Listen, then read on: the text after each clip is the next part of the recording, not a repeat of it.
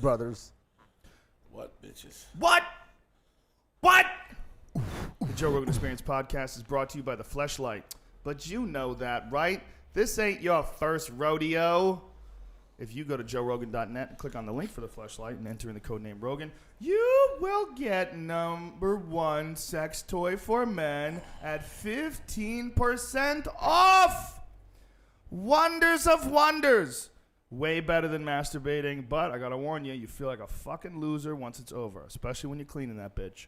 But it's worth it. You will shoot big loads, and they will make you think clearer. Right, Denny? Just like fucking Kundalini yoga. Basically the same type of shit. Clean the mind. Open the pipes. Release the hounds! We're also brought to you by Onnit.com. ONNIT.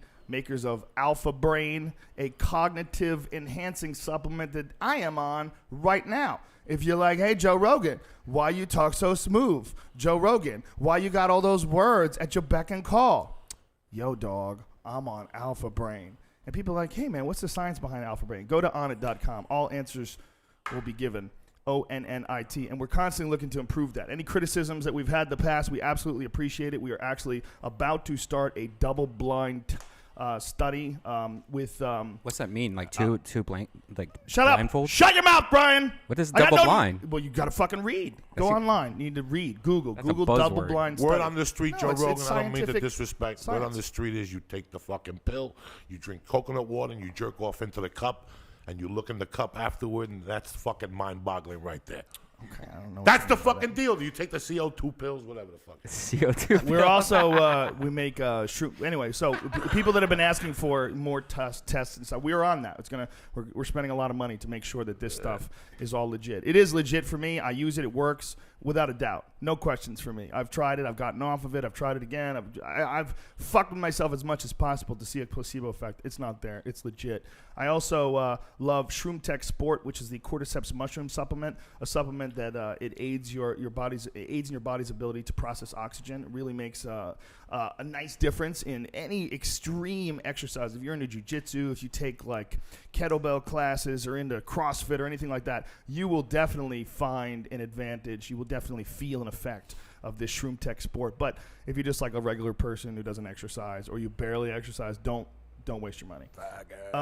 If you also go to Onnit.com, we also have Shroom Tech Immune, which everyone should check out. It's fascinating. And the way it works, the way it's been explained to me, I'm obviously no scientist, but your body recognizes this mushroom. It's a different mushroom than the Shroom Tech Sport. Your body recognizes it as a possible disease or a cold. So your immune system fires up for a fight that never takes place. And so it just really generally boosts your immune system. I am a big believer in a bunch of different things to keep your immune system strong. I'm a big believer in this Shroom Tech Immune, but I'm also a big believer in probiotics, and everyone should look into that. I have no financial stake in this, but drink kombucha tea. You know, a lot of people have been just talking so highly about the benefits, the health benefits of this stuff, you know, for years and years. And I did it when I first came to LA. I tried it, but I was like, this stuff tastes kind of nasty. It's a weird sort of an acquired taste. But then about a year or 2 years ago, I started drinking it on a regular basis because GT's kombucha and they make Synergy and all these different flavors. They started selling them at Whole Foods, so it was like super easy to buy. And I started drinking them all the time. And one thing I noticed is I stopped getting sick. I think it has a big difference. When you take in live organisms like probiotics, whether it's acidophilus, that's another great one to take, and spend the money and get that shit that you have to keep in your refrigerator if you can afford it, because that's what you really want, the really healthy live cultures. And essentially what it does is, you know, these live cultures act as a security force, and they fight off all the cunty cultures. So any cunty bacteria that you come across, you want to have these probiotics at your beck and call, like a live army to fight off the cunts of the disease world. So look at it that way. And this is, by the way, nothing that we sell. But get your ass on some acidophilus. Get your ass on some kombucha tea. Check out, we also have New Mood, which is a 5-HTP enhancement supplement. And what that is 5-HTP actually helps your brain build serotonin. And interesting stuff. If you are on antidepressants, they recommend you not take it because it actually can give you too much serotonin along with your antidepressants together combined. is not so good. So talk to your doctor and all that stuff, but by itself, if you're not on any medication, it's absolutely safe. Just don't go crazy and take the whole bottle in one sitting, you fucking freak. You're on cocaine today. No, I'm not. I'm healthy. I'm healthy, and I've been working out. I've been working out for the first time in months, man. I've had this fucking pulled muscle. You were on fire Yesterday, today. I did kettlebells. I kicked the bag. I'm back, bitches. Oh shit. Anyway, go to onnit.com, ONNIT. That's ONNIT.com. Enter in the code name Rogan, and you will get 10% off. Most importantly, when you order, every order that you get is 100% money back guarantee, but only for the first 30 pills. And you say, why? It used to be 100% guarantee all the time. Because the world is full of cunts, that's why. And because some douchebag thought it would be cool to order a fuckload of bottles, get all of his money back, and then sell the bottles on eBay. So because of the cunts of the world, even if you make a big order and you decide somewhere along the line that you don't like it, you can't get your money back. So if you do want your money back and it's a big order, you have to send in the unopened bottles. The first 30 pills, though, you can eat them, you can stuff them up your ass, you can throw them in the toilet, whatever the fuck you want to do with them, and then tell us, I don't like it. And we give you all your money back. Why? Because I'm in a weird position. I'm in a position where people are like, what are you trying to rip people off? Absolutely fucking not. But I do believe in this stuff, and there's only one way to sell something you believe in it. You got to sell it and make it as easy as possible for everybody and make your intentions as positive and as clear as possible. And I don't think you could be any clearer than offering someone 100% of their money back if they don't like the product. You don't have to send it in. You don't have to do shit. Just the first 30 pills, just take them, and then if you don't like it, you get your money back. Also, if you think it's too expensive, I urge you, go to the website. All the ingredients are clearly listed in the exact doses. Buy all this stuff in bulk and save money and do it at a discount. Make your own Alpha Brain. Try it out. I don't care. Use other people's stuff. Have a good life. Eat nutrients. Take vitamins. Eat healthy food. Eat fresh vegetables. Get your dick sucked every now and again. Am I right, Joe Diaz? Come on, dog. And Am I right, Eddie Bravo? The fucking OG to add that in there too. You gotta Throw smoke some a little OG reefer, Coach. couple jumping jacks, and a little swimming. Let's kick this bitch off. Let's kick this motherfucker off. Here we go. The Joe Rogan Experience. Train by day, Joe Rogan podcast by night, all day. Thank God men like Nick Diaz exist. This weekend, Nick Diaz and Carlos Condit. Thank God those guys exist. Thank God those guys exist, and thank God those guys have built themselves up to the point where this is one of those matches where 5 fucking rounds, man. You can't wait. You're going to be palms sweaty, rubbing your hands together before that bitch. I don't know who's going to be the referee for this. I don't know who it is. But before that one person looks at the blue corner and then looks at the red corner and then said, fight, that shit is going to be crazy. And poor Carlos Condit, he's been training for 8 years for the fucking fight. Yeah, it's for perfect. 8 years he's Perfect. been fucking training. Every 2 months they change opponents. Perfect. He's had 19 fucking opponents, like Batman in season 1. It's Poor really, fucking for guy. him, I think it's perfect. Because he's so prepared. He's No, so he's ready. prepared. He's ready to rock. It's the perfect time for him. You know, 160 plus 130. The line is not that bad. It's minus 160. you would be crazy to pick a favorite in this fight. I think you'd be crazy. I think that this is one of those who the fuck knows what's going to happen fights. This could be, who knows? It's going to be amazing. It's going to be Verdum amazing. Roy Nelson, too. Yeah, Verdum Roy Nelson. I forgot too. all about that. Ooh. Oh, how about Henan Barao and Scott Jorgensen? That's right. That's a Holy fucking shit. battle. That Henan Barao dude, he's the dark Yeah. horse of the pound-for-pound division because he's not a champion yet, but he might be one of the top pound-for-pound guys. He's right up there with Aldo. He's a beast. Did you see his last fight with Brad Pickett? He hit homeboy with a knee to the face with no jump. Just fucking leaped up with his knee. You know, instead of that thing where they lift the front leg and then they come up with the right leg, they'll start with the left leg and then they use it as force to kick up with the right leg. Some of these badass Brazilians, like Anderson can do it too, where they just fly through the fucking air with one knee. And Barao just lifted that knee up and crack, caught Brad Pickett in the chin. I mean, he's a beast, dude. And his jiu-jitsu is fucking sick. You know, as soon as Brad Pickett, stumbled and he saw position, he jumped on that back so quick, man. It was a thing of beauty, man. I saw the UFC special on Nick Diaz, Carlos Condit. Yeah. Which one? Episode 1? Shit, I don't know. Episode 2, I don't know if it's aired yet. Is it aired yet? Well, Aired yet? the one where they have Nick Diaz, kindergarten teacher. Yeah, isn't that funny? Damn, she remembered Nick. Of course right? she did. She remembered Nick. And I learned a lot about Nick. And I come up with a hypothesis. before when in the early days, if you were a black belt in jiu-jitsu, shit, you had a shot at the title. And then it became, if you were an Olympic wrestler, damn, you have a shot at the title. Now it's obvious. Now it's becoming more like all other sports. Like, if you didn't wrestle, do jiu-jitsu, and worked on your striking since day one as a kid, because there's so many kids doing that, all three now, it's like you're not going to have a shot in the very near future. And I think there's one more factor, and that's the Nick Diaz factor. Obviously, he doesn't like cameras. He said it a million times. He doesn't like to talk in front of cameras. He's not, he's not into it. And maybe he's shy in front of the camera or whatever. And his teacher was even saying that he wasn't the most, vocal guy, and he had trouble expressing himself and all that shit. And when he gets in that cage and that door slams shut, and the crowd is roaring, there's no more fucking talking. He just comes alive. He looks at his opponent. He's like, nobody could fucking hear you. You could be the most articulate, funny, charismatic guy on the fucking planet, but you know what? I fucking run all day, swim all day, I got a crazy chin. I'm gonna fucking kill this motherfucker. That's an X factor right there. If you didn't, you have to look for that, I think, in the future in fighters. Like, do they have that switch where when they fucking get in that cage, it's just, it really is life or death for his him. Is a very different thing than anybody else's. First of all, his approach to it is so different than anybody else's in that he does endurance training, long distance marathon type training, and basically forces these guys to try to keep up with him. I mean, he basically puts them into an endurance contest and tries to get them to keep up with them. That's why he does a lot of juking and a lot of getting in their face. All that stuff tenses you up. All that stuff, all those punches that he throws at 50, 60%, all those tighten you up. One of the things that Frank Shamrock said was that when Nick Diaz was punching him, he hits you so often you can't breathe. You don't know when to breathe. You can't relax because you never get to relax because they just keep coming, which is it's just different. He just fights in a different way. I think the way he does it is brilliant. It's so brilliant because no one else did it before him. No one else figured out that way to fight.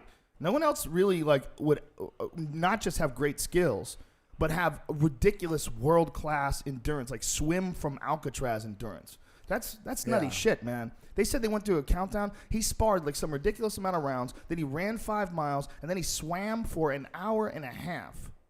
That was just one day. Yeah. And he just does that all day. You think maybe he has some kind of condition where he's obsessed with exercise? I don't know. I mean, I think he loves it for sure. I mean, when he was a kid, he said that I think he said it was one of the countdown shows. I think it was his uncle or someone was a track coach. Track coach, yeah, and he used to take him. His grandfather, Denny Prokopos. But that's the other thing too. Information. Here's the other thing too with him. You know what? He doesn't like fucking talking.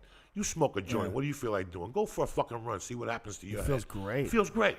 I smoke a joint and I go to Yeah. fucking swim fit for an hour. You feel like fucking Yeah. Hercules when you That's come out. what I and love that's his about him. world. I love that's that his he fucking world. smokes weed That's and what runs. his endurance comes from. From going, I don't want to hang out with these dumb fuckers. I might stab somebody. I'll just smoke a joint and run till the fucking high wears off. And he runs for fucking 2 hours. When I lived in Boulder, I used to smoke and run.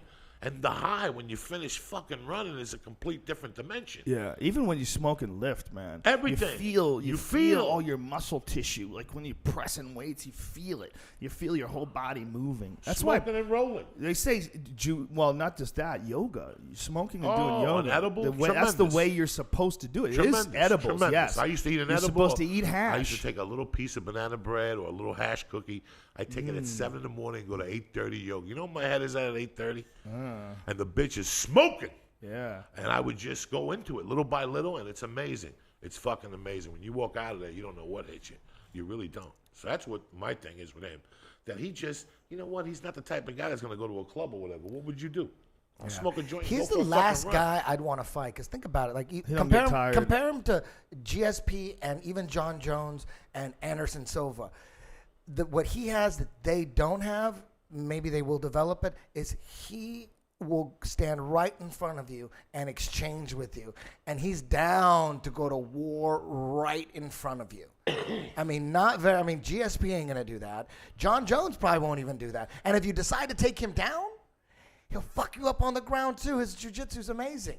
It's Yeah, like that what the Cyborg fuck? fight What the fuck are you was a gonna perfect do? example of Yeah, that. what are you gonna do with Nick Diaz? Yeah, he was killing. What are you gonna do with him? Cyborg, he was killing Cyborg standing up, so Cyborg took him down and whoop, armbar. And like, Yeah. within 30 seconds, he had him in an armbar. Yeah, I mean GSP might Less. be able to take him down, Yeah. but what is he gonna do? He's not gonna pass his guard. Yeah. He's not gonna pass Nick Diaz's guard. Well, it's not and gonna happen. he doesn't get tired when you're on top of him either. You know, a lot of dudes, man, you put them on their back and they just get exhausted. They get demoralized. Yeah. They get exhausted. Unless we see his chin fall apart, man, I can't see him losing. Well, you know, that can happen to some fighters Yeah. when they take beatings. Yeah. You know, it can that's happen. at a I mean, certain time. we've seen it happen over and over. You know, with Vanderlei and Chuck. you know so many guys. Chuck. Eventually, they had iron chins, Yeah. and they would come even if they got. Well, rocked, they Vanderlei would- never had an iron chin. Vanderlei got dropped a lot. Sakuraba dropped him. A lot of people dropped him. Henderson had him really badly hurt. He But just his was chin is such a lot worse now. It's a lot worse.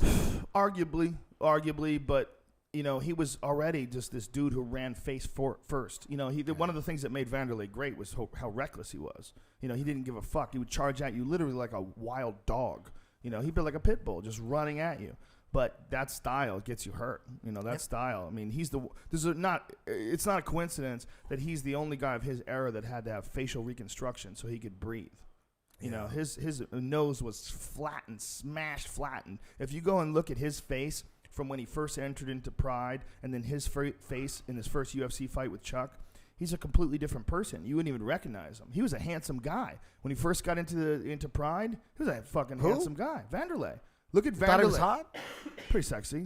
I'd dance with him if he asked He was me. cute. He was cute. He was He was sexy. He was a completely different looking person, you know. Nogueira as well. Nogueira's face looks way different too. How about Nate fucking Diaz? Holy shit, it's like a carbon copy of Nick Diaz. He's an We got animal. two Nick Yeah. Diazes. We don't just have one. Yeah. That's fucking incredible. He was just like maybe a year behind Nick Diaz, sort of in development. It seemed like maybe in jiu-jitsu he was a little behind, and in the striking power.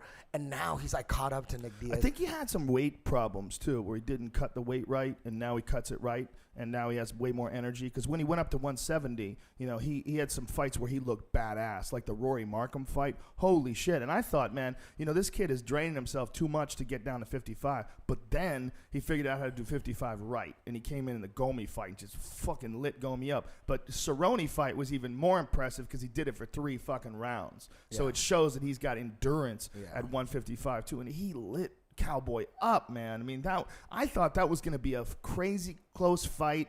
It's like sort of how I feel about this Condit fight. I don't know what the hell's going to happen. I look at it, I'm like, man, both guys are tough as fuck. Both guys have mad skills. Both guys can survive. Some dudes can't be the nail. You know, some dudes can be the hammer, but when they're the nail, they fall apart.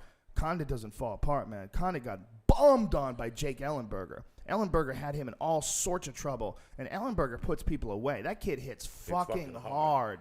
He's one of the hardest hitting guys at 170, and he bombed Condit. And Condit covered up, weathered the storm, and came back. That was the first fucking round, man. He was in all sorts of trouble in the first round, where a lot of referees would have pulled that trigger. A lot of referees would have stopped that fight if they didn't respect him, if they didn't know him, if he was like a new guy into the UFC. How did that fight end again? He won a close decision. Okay.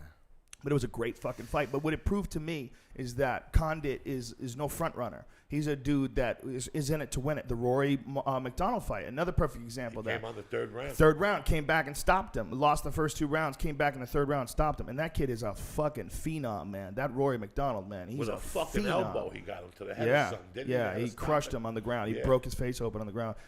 Condit's an animal. He's a real fucking killer. That guy's a straight killer. What he said in that countdown show was badass. He goes, I want the referee to rescue you. I want the referee to come in and save your life. Save your fucking life, man. And that's the way, when a dude thinks like that, that's a killer, man. I mean, if he wasn't doing this, he would be somewhere working for the military, shooting people in Iraq. I always said that about him. He's a killer. He's a killer. He's a fucking killer. I mean, that natural born killer, that's not just a nickname. You know, you can talk all that tough guy shit you want. What happens when you actually get in there and you're throwing down? When that guy's actually in there and he's throwing down, he's a fucking stone cold killer. They both are. They're both stone cold killers. Neither guy's going to be scared of the other guy. Both guys are going to be just going in there, ready to just let it all hang out. This is going to be a crazy weekend. Whoa. I wish I wasn't working. I wish I could fucking get Kenny Florian to fill in. I want to get hammered. I want to sit cage side. I'm gonna take it easy this time. It would be an honor to call this fight. Don't get me wrong, but there's fights like that where I wish I could just go, oh shit, Koscheck, Mike Pierce, right? Koscheck and Mike Pierce, yeah. Those are 2 home run hitters. Yeah, are you kidding me, And man? both Pierce great wrestlers. Pierce That's is a great dangerous fight. for everybody. He's one of those guys that eventually he's going to catch on. You know, eventually Pierce is going to hit his stride, and he's going to be Johnny Hendricks in dudes. You know, like Johnny Hendricks just took out Fitch. There's these wrestler dudes that are just, their striking is slowly getting better, but the power's always there. It's just a matter of figuring out how to put fist to face, and they're getting better at it. And Johnny Hendricks, man, the way he put out John Fitch like that with one punch, I'll tell you what, Johnny Hendricks hits anybody with that punch. Anybody, and you're Fucksville. Fucked. That guy hits really hard. There's some guys you watch him hit dudes in the cage, and you say, well, hey, that's a strong guy. That's an athletic guy. Hendricks is one of those guys. He's got that extra.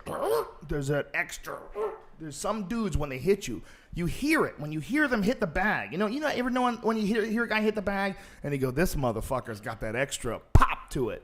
That's what Hendricks has got. You either have that or you don't have that. I mean, you can certainly make your punching power better. You certainly build your muscles up a bit, put some weight on, learn how to turn your body into things better.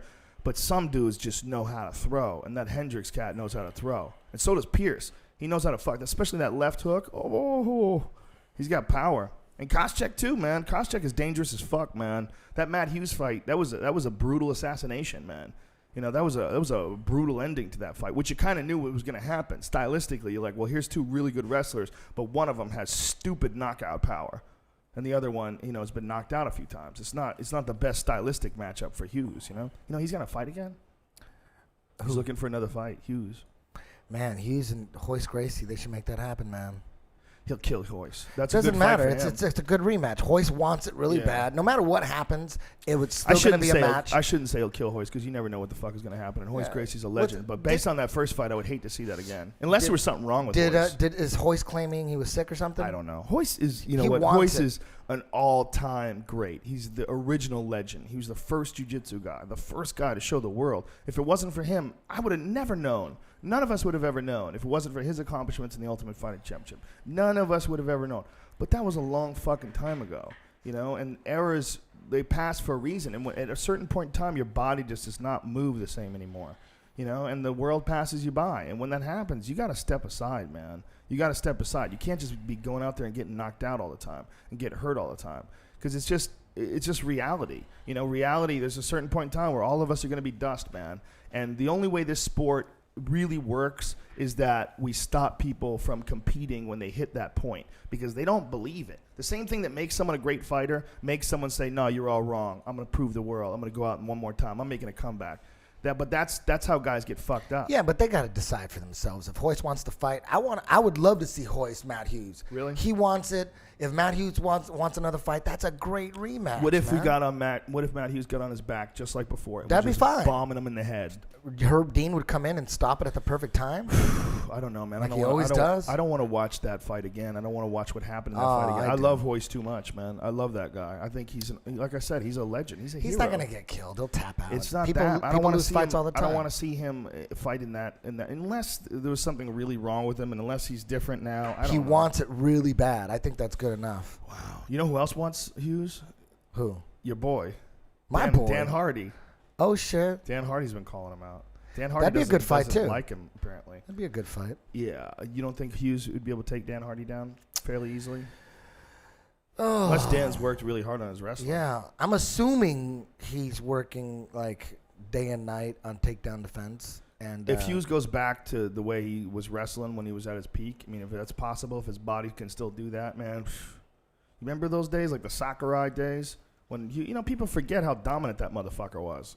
He was dominant, man. He was like one of the first dominant wrestlers actually that learned submissions too. So he wouldn't just beat you up. He started strangling guys, taking backs. He started getting arm bars. And Frank shit. Trigg. Fuck yeah. Didn't he beat him twice? Beat him twice with a rear naked choke. Yeah. And the second time after he got kicked in the balls. Yep. Those were great Remember days, he picked man. him up and walked him across? After Frank Trigg was bombing on him, Frank Trigg got his back, and it looked bad. But Frank Trigg does not know how to finish that choke. He doesn't know how to defend or finish.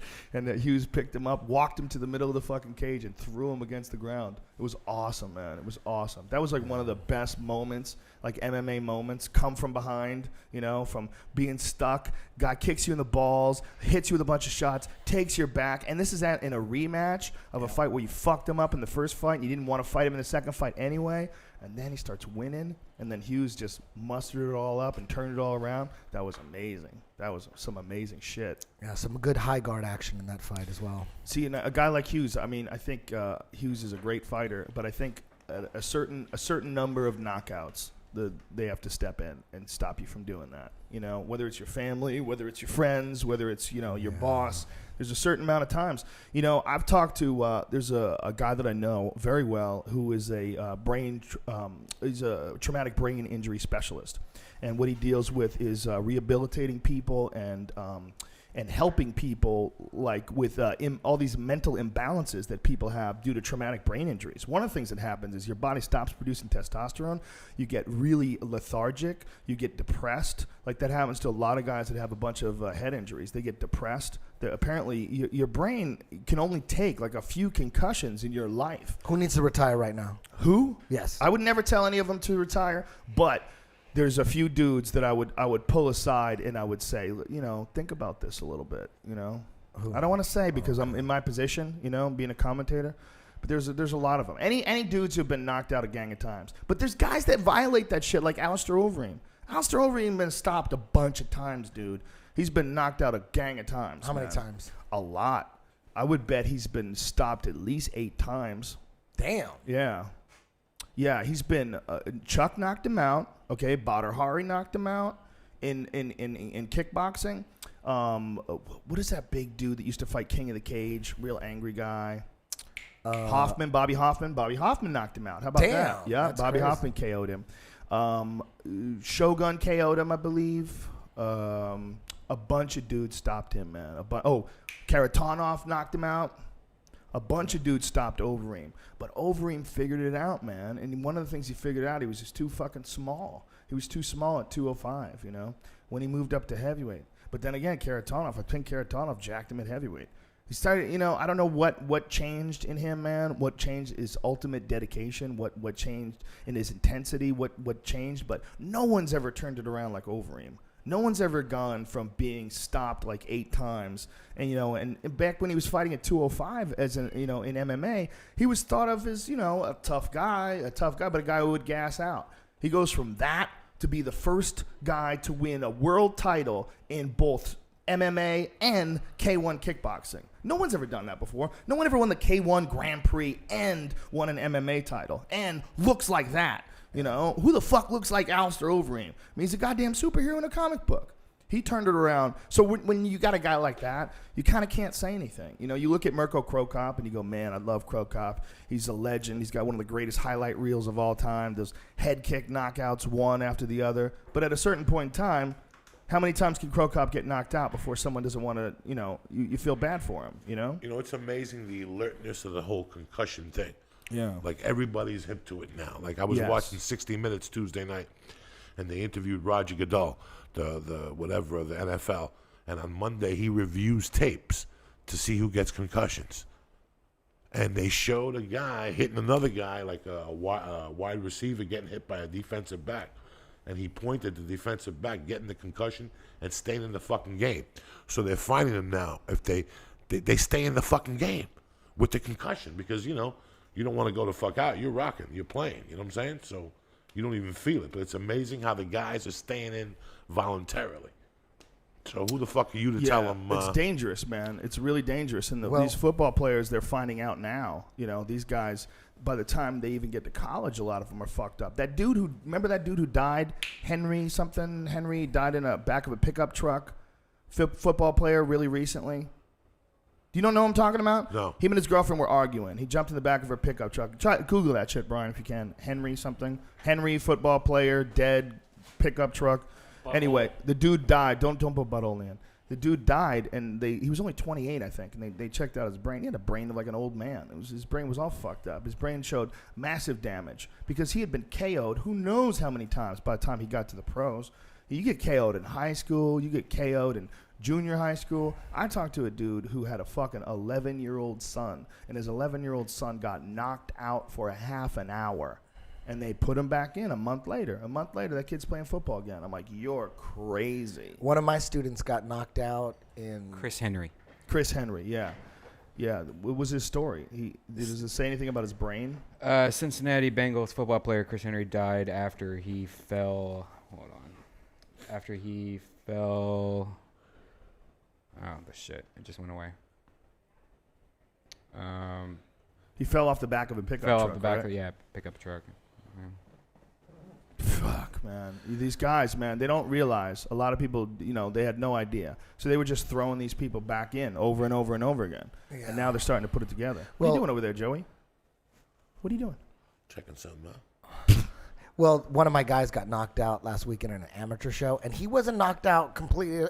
It was controversial almost. Like the ref stopped it. It was on the fence whether it was early or not. He got up right away and was complaining. He was never out, but he was like a little rocked. I didn't complain about the stoppage. It looked legit. He got rocked standing and then got taken down, a couple ground and pound against the cage. He never was out, popped up. By the time we got backstage, and he sat down, he didn't remember anything about the fight. Not one. Yeah, thing they don't remember the anything fight. about the day. He wasn't even out though. That's the crazy Yeah. thing. He wasn't even out, and he doesn't remember. He didn't remember the name of the hotel we were in. Well, you remember when we saw Tim Sylvia? We were in the hotel bar. We were waiting to get our car to the airport, and it was the next day after he fought Randy Couture. He fought 5 rounds against Randy and lost his title, and he came up to us and he goes, "Dude," he goes, "I don't even remember the fight." And he goes, I remember the bell ringing, and then I remember sitting in the corner asking my corner what round it was. And it's the last round. And he's like, "What? The last round?" Like he just fought 5 rounds on instinct. He had no idea what happened. He got hit with one right hand early in the fight and just had no idea what happened. Wow. Yeah, that's that's why it drives me crazy when someone will call a fighter a pussy. Oh, this guy, he never brings it. He fights like a wet blanket. You go get your fucking brains rearranged, son. You go get someone shin kicking you up the side of the head. There's a lot of guys that criticize guys for being boring. It doesn't bother me at all. Maybe I don't necessarily want to see them, but I respect what they're doing. I respect like Antonio McKee. A lot of guys give him a lot of shit, because he kind of wrestles guys to the ground. He never gets in stand-up exchanges with guys too much and doesn't take any damage. But that's the key. He doesn't take any damage. Yeah, it might not be the most exciting thing in the world, but if you want to fight, that's a smart way to fight, man. Smart way to fight is just close shop, close everything. There'll be no more punching. There'll be nothing. There'll be you on your back and me punching you a little bit here and again, but nothing crazy because I don't want to get submitted, and then I'll win every fight. It's not the smartest way to do it because it's a sport and you're also marketing yourself. It's entertainment, but I understand it. I'll never call one of those guys a pussy. It's a smart way to fight, man. What'd you think of these fights this last weekend? It was tough matchups, First of all, the Damian Maia-Weidman fight, Weidman cut a shitload of weight. He took that fight on 11 days' notice, and you could tell when he was in there, he struggled. And even Ray Longo gave it away in the corner. Ray Longo said, I saw what you went through yesterday. I saw what you did yesterday. You can do this. They said that his cut was horrific. But that kid is so fucking tough. He just did it, and he went out there, and he grinded on Maia, and he won a decision. But you could tell by the end of the first round, he was dead. He was dead walking. And Maia, luckily for him, was dead too. Maia looked like really, I heard he had a flu or something, earlier in the week. He did not look good either. So both guys, it was a real endurance issue. I was talking to Jeremy Piven, and Jeremy Piven was laughing about it. Because I didn't interview them. And he's like, would you have said to them, so it's safe to say endurance was an issue in this fight? Because it really was it was kind of, it wasn't the best fight to showcase MMA, But it was just a circumstantial situation. There's nothing you could do about it. You got one guy who's a fucking stud wrestler with all this goddamn potential. That Chris Weidman could be the king of the world someday. He could be the John Jones of 185 pounds. He's a beast. He's a wicked wrestler. He puts guys to sleep. He put Tom Lawler to sleep with that fucking Darce choke. He's nasty, man. He's strong as fuck. I saw him fight Galvao in Abu Dhabi. He avoided everything, and he got Galvao in a fucking Darce, and it didn't tap him. But the fact that he was able to sink it in and lock it up, and had Galvao fighting to get his legs under him and to defend, pretty fucking impressive for a dude as a wrestler. I mean, I don't know what his Brazilian Jiu-Jitsu rank is, but he's one of those kids that, you know, he's really fucking strong-willed, really smart, and he's just a winner. There's some dudes that are just winners, man. They could have a torn meniscus. They could have a fucking herniated disc. They take you down anyway. They take you down anyway, and they still strangle you while they're in pain. There's dudes that can just force through shit like that, and that's Weidman's one of those, man. He's a fucking animal. And then Damian Maia, you know what I think about Maia, man? He's in limbo right now. Because Maia at one point in time was just taking everybody down and strangling them. He was all jiu-jitsu, and that's when everybody loved him. He was nasty. But somewhere along the line, he figured, you know what, these Nate Marquards, these guys I can't take down. They beat the fuck out of me standing. I got to get my stand-up better. But in doing that, his jiu-jitsu is just not the same. It's not what it used to be. You know, he submitted Chael Sonnen. He submitted Ed Herman. He submitted all these guys. He was strangling people, man. And it was nasty. When he got you on the ground, you were Fucksville. And he pulled guard on those guys. Yeah. He refuses to pull guard now. Chael Sonnen, he hit him with a fucking lateral drop. Yep. You remember? Yep. I mean, he was nasty. But his stand-up is not good. He's mechanical. Like, he moves like the whitest guy on earth. You know what I mean? Like, if you look at the way he moves around, he's got like this, and he does the same thing over and over again. He paws with the right and then throws the left. Paws with the right and then throws the left. It's way too predictable. You know, that guy needs to, if he really wants to work on a stand-up, he needs to go to, like, Holland and just hang out with Tyrone Spong for a year. And just do what that guy does. Move the way that guy does. You know, go train with Gokhan Saki. Go to Mike's gym and work out with Melvin Manhoof. See the way those guys move? You got to move like that. Imitate them. Move the way they're moving. Do those kind of combinations. Maybe your body doesn't exactly move the way that body moves, but try to emulate it. The best strikers all have a particular style. Like, especially kickboxers, they all have a particular style. Like, you watch Manhoof fight, he moves in, he throws feints, boom, and then he throws kicks.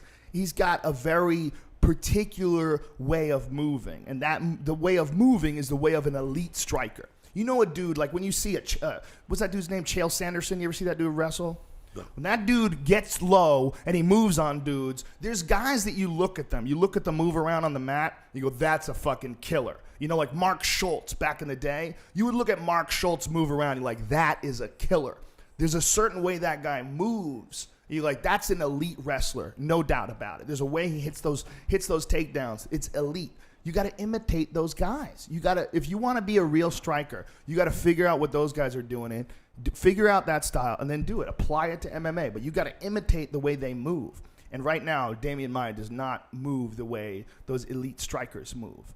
You know, he's so good at jiu-jitsu. I know that he could be good at everything else, but it's a leap. You know, and at 32 years of age, it's tricky. Right? Is that what he is? About 32? I'm not sure how old he is, but I really think that him eliminating the pulling guard strategy has really hindered his game. I mean, there's only 3 things you can do in a fight.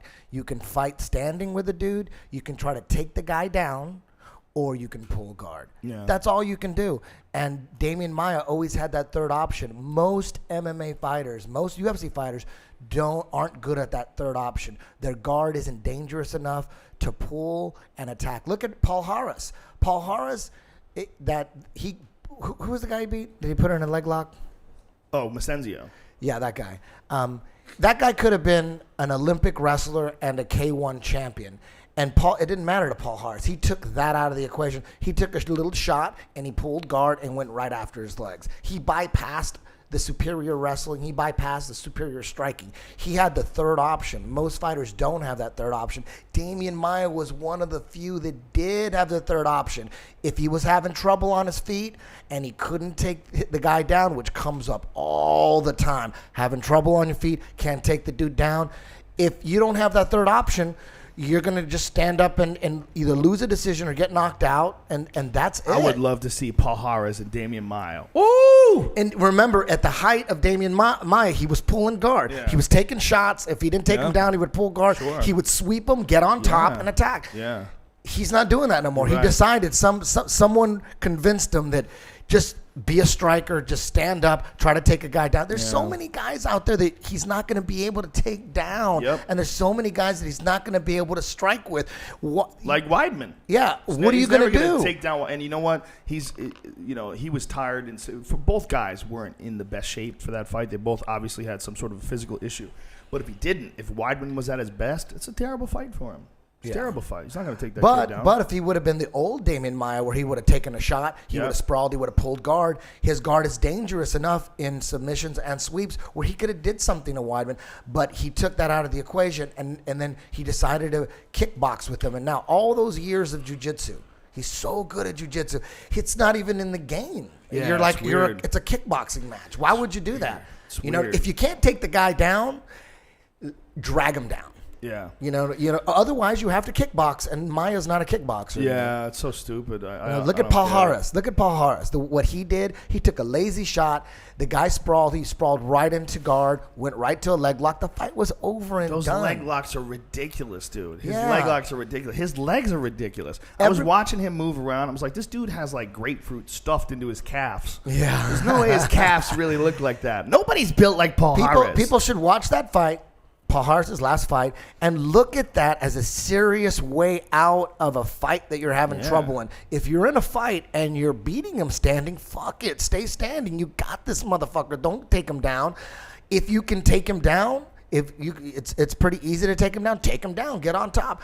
But if you can't strike with him and you can't take him down, which comes up in so many fights, it's so common. You got to have your guard dangerous enough so that you can pull guard, either with leg locks, armbar, whatever. Look what Paul Harris did. Look at early Maia. Yeah, he's got to figure it out, but too bad. His jiu-jitsu is awesome. It's awesome. In the old days, watching him was awesome. He's definitely got to figure it out, though. It's a fucking crazy game, man. That fight game. It's a ridiculous game. Ridiculous way to make a living, man. I mean, we want to talk about the craziest, most dangerous way outside of war to make a living. That's it, right? Can you imagine getting punched in the face every day in training? Yeah, I Can can. you fucking imagine that shit? I can, for sure. Every fucking day. Yeah. 10 fucking years. I remember when I first, the thing that really got me thinking about what kind of damage striking does to your head was when I started transitioning from Taekwondo to kickboxing, man. Because I was a novice. My striking was not very good. My hands were not good. I could punch hard, but I didn't really know how to box yet. And I would go in there with guys who did know how to box. And even if they weren't punching you hard, they were hitting you a lot. Yeah. And you just go home and you're fucking, I would lie in bed and my head would throb. Thum, thum, thum, thum. And it's that terrible feeling like, what am I doing to my brain? This can't be good. Lying in bed with headaches after a sparring session, that shit can't be good. And you'd go everywhere, the light would hurt. Like, and I wear sunglasses, because the light would like hurt when your head is pounding from getting punched in the head. Shit is so bad for you. That's why jiu-jitsu is so beautiful. You get the thrill of the kill, yet there's no brain damage. And except, the guy who scares everybody the most is Paul Harris, because everybody else just kind of taps you out. Paul Harris rips your legs apart. Yeah. He rips dudes' legs apart. I mean, he just gets a hold of your leg and sorry, you ain't walking right anymore. Yeah. That's it. Your leg's fucked for like a year. Good luck. He might be the first guy to leg lock his way to the top, because if he just keeps doing what he's doing, what is he doing? He's not really striking too much with dudes, a little bit. He's just going to shoot, and you're going to sprawl because his shot wasn't that good. He's not a wrestler, and then he's going to pull guard right into your legs. So what are you going to do against that? You can work on your takedown defense all fucking day till your head explodes. He's going to pull guard on you. He's taking all your wrestling and just throwing it out in fucking garbage. All your striking, you're wasting your motherfucking time. Yeah. He's just going to take a shot and pull guard. He's a beast. It's an amazing talent and skill to work on, and I don't think that many fighters I know not that many fighters are working on it, and more should. They should really explore. What's up? How much did you love Chicago this week? Did you have a great fucking time?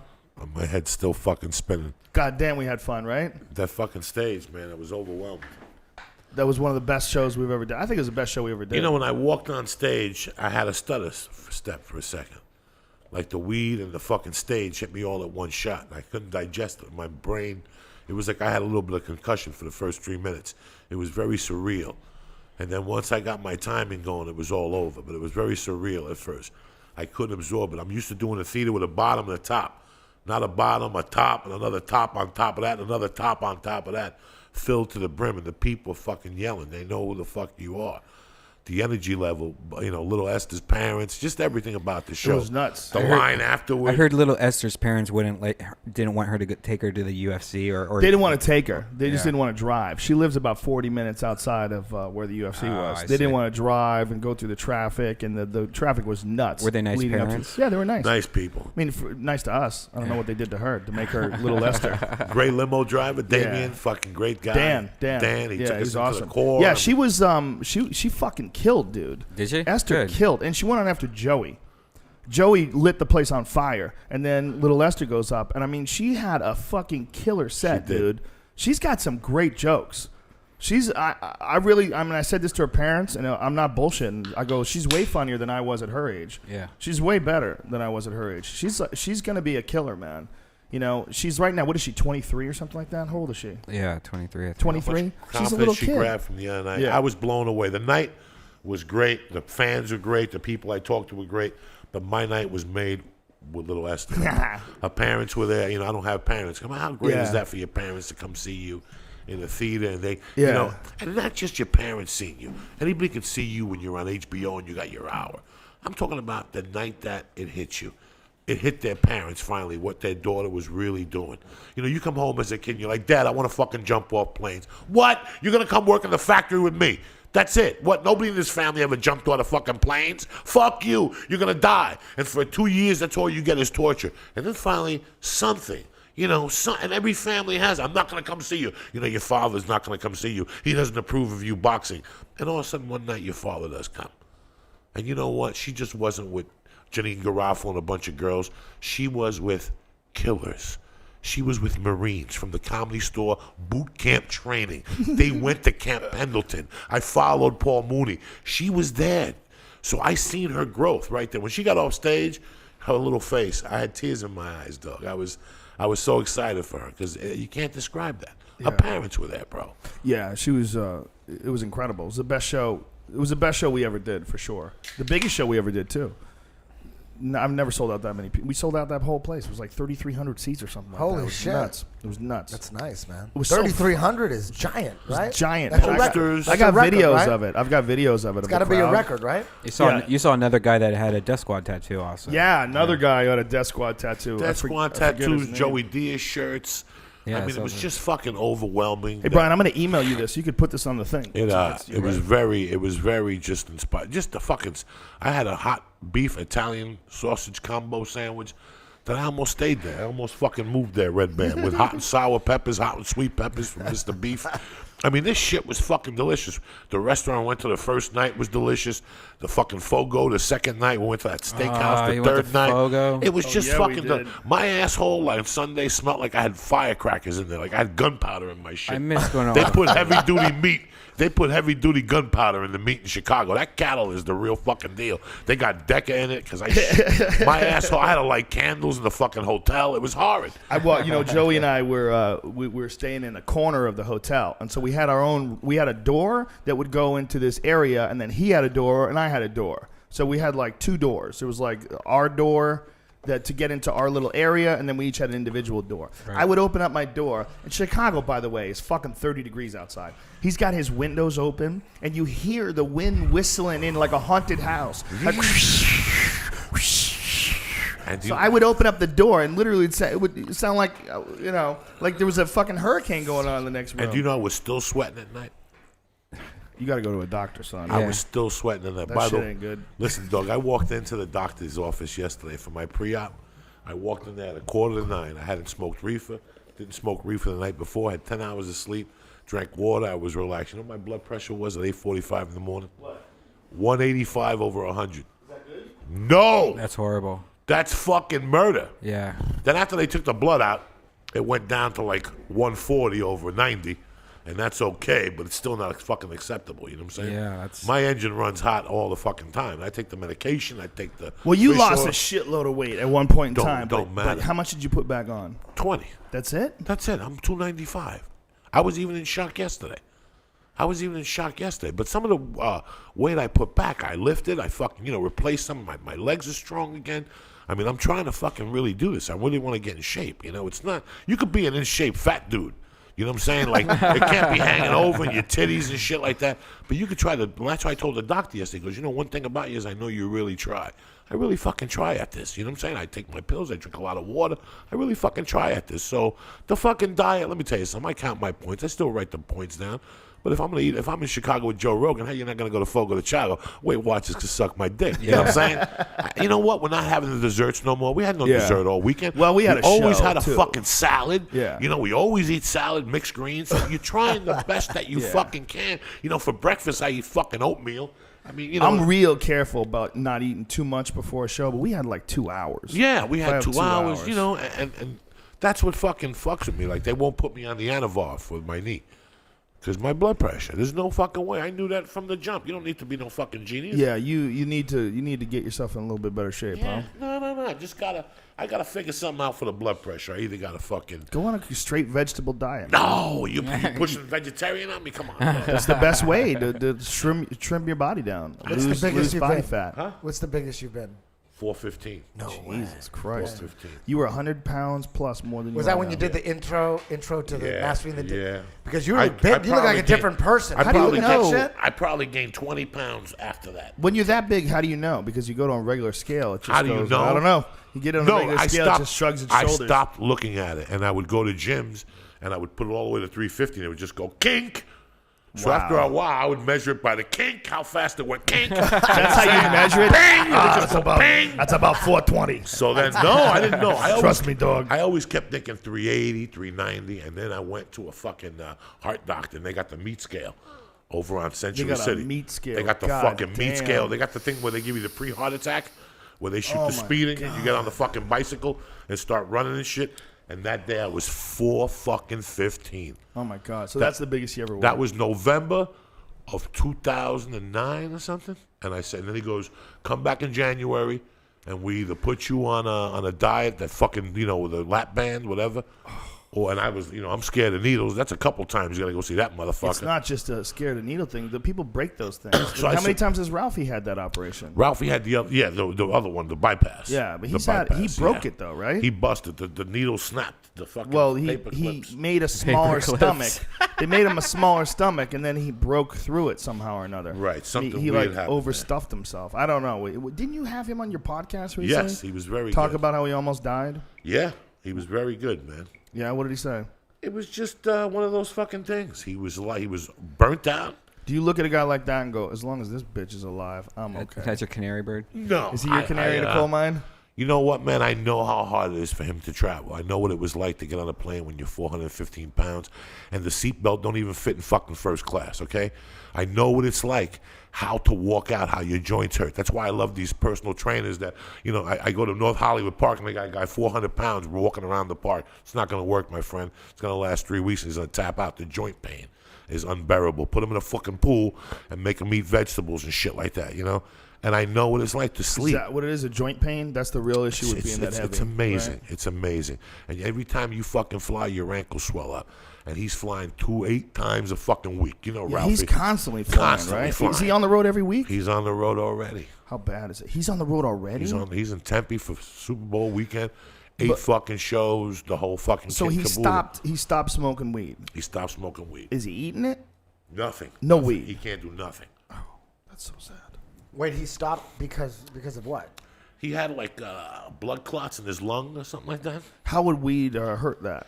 It affected his lungs. Weed did? Oh, the smoking it. The smoking it and the fucking flying and the fucking, you know, not breathing and it adds up after a I would while. think it would make all that traveling fun. You know, they do all these tests on marijuana. They do tests on a guy like Eddie Bravo, who's a normal weight yourself. When you add 400 pounds, it's got to do something to your fucking lungs. When your lungs are this big and you're trying to, what's going on? Brian. Oh. That's what's going on. You know, so The show is going too well. It fucking affects you at every. I found treasure. It affects you at every level, man. Yeah. The reefer is just something that they told him to stop smoking as a precautionary measure. Well, Why I affect think his lungs. smoking anything is probably not so fucking good No, for your body. You it's- know, there's no evidence that it causes cancer. It's very different from tobacco smoke. We have smoke all put in the same category, but it's not. It's not. But There's other options. It's got to do something to you, Yeah, the pot it's gotta smoke. do something. I've been smoking weed for 30 years. I've coughed. I've spit fucking colors, fucking Smurfs, the whole thing.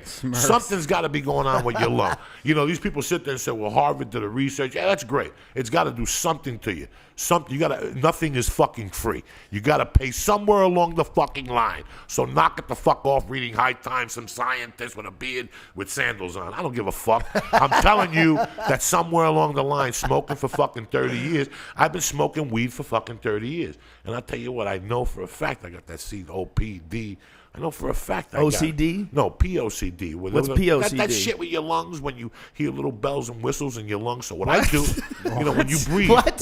right now, you You're ever talking hear, about METH? you ever hear me breathing on the fucking? You ever hear me breathe? Stupido. You ever hear me breathing on the microphone? You ever do a fucking stupid? You ever do a thing on the microphone? You go, Yes, Joe, I I hear can hear you you breathing. breathing. Yeah. Do you hear you breathing? Do you hear Eddie breathing? That's COPD or something. So what I usually do is look at the fuck up. Don't look at him with that fucking okay. look. Well, if What I knew the usually exact do- acronym, Chronic Whatever. obstructive pulmonary That's what it disease. is. Remember, I used to take the steroids. I used to breathe in, and it gives you fucking like you eat. Oh, that like Avodart? Yeah, Is that yeah. what And it's then called? remember I said Avodart? that the one doctor said For I might asthma? have asthma. Yeah. Yeah. So what I used to do is whenever I'd hear the bells and whistles, just go run around 3 laps. Poof, cleans it out. Really? I've been doing that for years. Whenever I hear a bell and whistle, that means you ain't walking enough, cocksucker. Get on the bell, blow the whistle. Did you get to see that thing that Brian's got? You've seen that? Yeah, little whatever. thing That's that- great. That's great and shit. But you just got to get out and walk. Forget computers. You're and all right. that shit. You're right. But That's the great. beautiful thing about that is it tells you I exactly know. what It you're tells doing. You can't until you go bullshit out, yourself. you It tells you how 15 much sleep beers. you're doing. And if I know what I'm sleep I'm and if doing. you think you need it and you don't have any money, just write on a piece of paper you're lazy fucking put it in your pocket. That's what I've realized that what I do. So like you I put look a- at it and I'm like, oh shit, I'm lazy. I know this already. I could have saved myself $100. And so you're not. It's not changing your habits No, at all. I could see myself trying to beat my score before. I can kind of see that, but unfortunately, I just have this lifestyle that I'm so fucking busy that the only way that I can change that is just to make sure I work out every day. Where this is more like for people that I guess like have more time to try to jog more. And Brian just- is totally doing a totally different approach to what we're doing. Brian is working out solely so that he can get more pussy. That's fine. That's his That's issue. a good. That's why 60% of people take fucking steroids that aren't athletic. How many times you go to a bar and there's 18 guys looking around? You think they're going for Mr. Olympia, and you're like, where do you live, Glendale? So what's all these weights for? For what? To do what? To be a bartender for 100 a night at the fucking local club? To pick up pussy. That's a lot Do of you it. do steroids? Not really. No, you just look like a fucking tree trunk, but you don't do steroids. Okay, you're like the Barbarian Brothers. I ate 36 eggs for the last 3 years every fucking day. Well, Brian is just doing it to keep up. He's Yeah. got a freak on the line. That's what he's got to do. I need a couple more Listen, power most people bars. don't get fucking serious until they get rushed to the hospital. This obesity fucking epidemic in this country is until you get rushed to the fucking hospital with a tube coming out of your ass. Then you'll be at the gym doing jumping jacks, bro, or you're gonna fucking die. When did it affect you? When did you really start thinking I got to do something? When my fucking spine was hurting when I do blow. Whoa, The whoa! back of my whoa. neck was fucking going zzz, zzz, zzz, zzz, zzz, zzz, when I would do blow. When I would have to wear underwear to go to the gym because I would piss my pants because I couldn't catch my breath when I was throwing punches with McAfoley. Jesus Christ! That's when I fucking realized it. And I knew that I wasn't going to get the operation. That wasn't not going to fucking work at all. So I knew that I had to just eat right. You just can't deal with the idea of it. Well, you were also talking about it like it was like a weak thing to do. You didn't What? like it. Working out? The operation. No, The operation. no, yeah. That you didn't Because like- people think in this country everything. Bro, look at our fucking kids we got now. A kid has a fucking bad day, they put him on a fucking pill. And then when they get old and the computer crashes, now I got to put them on another. They have a nervous breakdown. You go to Little League in fucking Sherman Oaks. You know you can't yell at the kids to strike or you suck or swing. These kids are fucking pampered. That's why half of them are on fucking pills, guy. So what you're trying to tell me is I could go to Burger King every night and eat like a fat fucking slob till I'm 35 and call Mr. Lap Band and get my shit together? And that's what you're telling this country. So half of these motherfuckers aren't going for the right thing. You gotta, when you're 400 pounds, you're not sick. It's your character. Something's fucking not right. Something's not right. So if you get up and walk to the corner every fucking day, eventually you're gonna get bored walking to the corner, so you're gonna walk another corner. Then you're gonna walk another corner. Next minute, you're gonna walk to the YMCA like I did, and you're gonna get on the bicycle for 5 minutes. Then it's 10 minutes, and it all fucking helps out. See, in my world, when you're a comic, you think that you only come home Mondays and Tuesdays. So if I work out Mondays and Tuesdays, Eddie, what's that gonna do for me? Nothing. Not true. Even 2 days a week fucking helps. I didn't know that. That's the mentality I took. I'm like, you know what? I'll fucking snort blow. And the sick thing was I always kind of worked out of it. I always lifted weights. I always did fucking something. You know what I'm saying? I wasn't like, so that's why when I got sick, it bothered me. But I felt like I was too much behind the 8 ball. The first So you're time I about went to get you're about to get knee surgery. Fuck yeah. Yeah. And I'm ready. That's like I next fainted week. yesterday. You fainted. On the way up from the fucking, you don't even feel, let me tell you something, it's 2012. These new vampires, you don't even feel the fucking needles.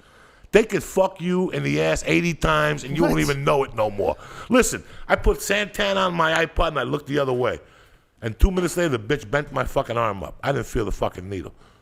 I'm So they looking let in the you face. put iPad? You put an iPod I do it all on? the time. When I go to the dentist, I put something on. Why sit there and look at Bela Lugosi when I could fucking... Bela Lugosi? Yeah, every fucking dentist looks like Bela Lugosi to me when they're looking in your fucking mouth. You know what I'm saying? You don't feel rude, but just tuning out? No, most dentists have TVs. Right. My fucking wife goes to a place that has fucking big screen TVs with headphones, and I you stopped pick a going to movie. this one dentist because he would ask me stupid Yeah, fucking questions. no, that's no, you It was just want to. uncomfortable. I'd have like really bad conversations, like clunky conversations with him. And I was like, oh, When you get your fingers in my this fucking guy. mouth, what is there to talk about? Listen, Yeah. let's understand each other. I'm gonna lay back and open my mouth.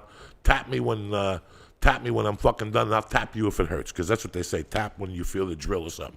You put the fucking iPod on, you close your eyes. You're not in there. Eddie Bravo, what's happening, cocksucker? What's up? You're a month away from having a kid. You're sitting there like fucking Buddha with no fucking food.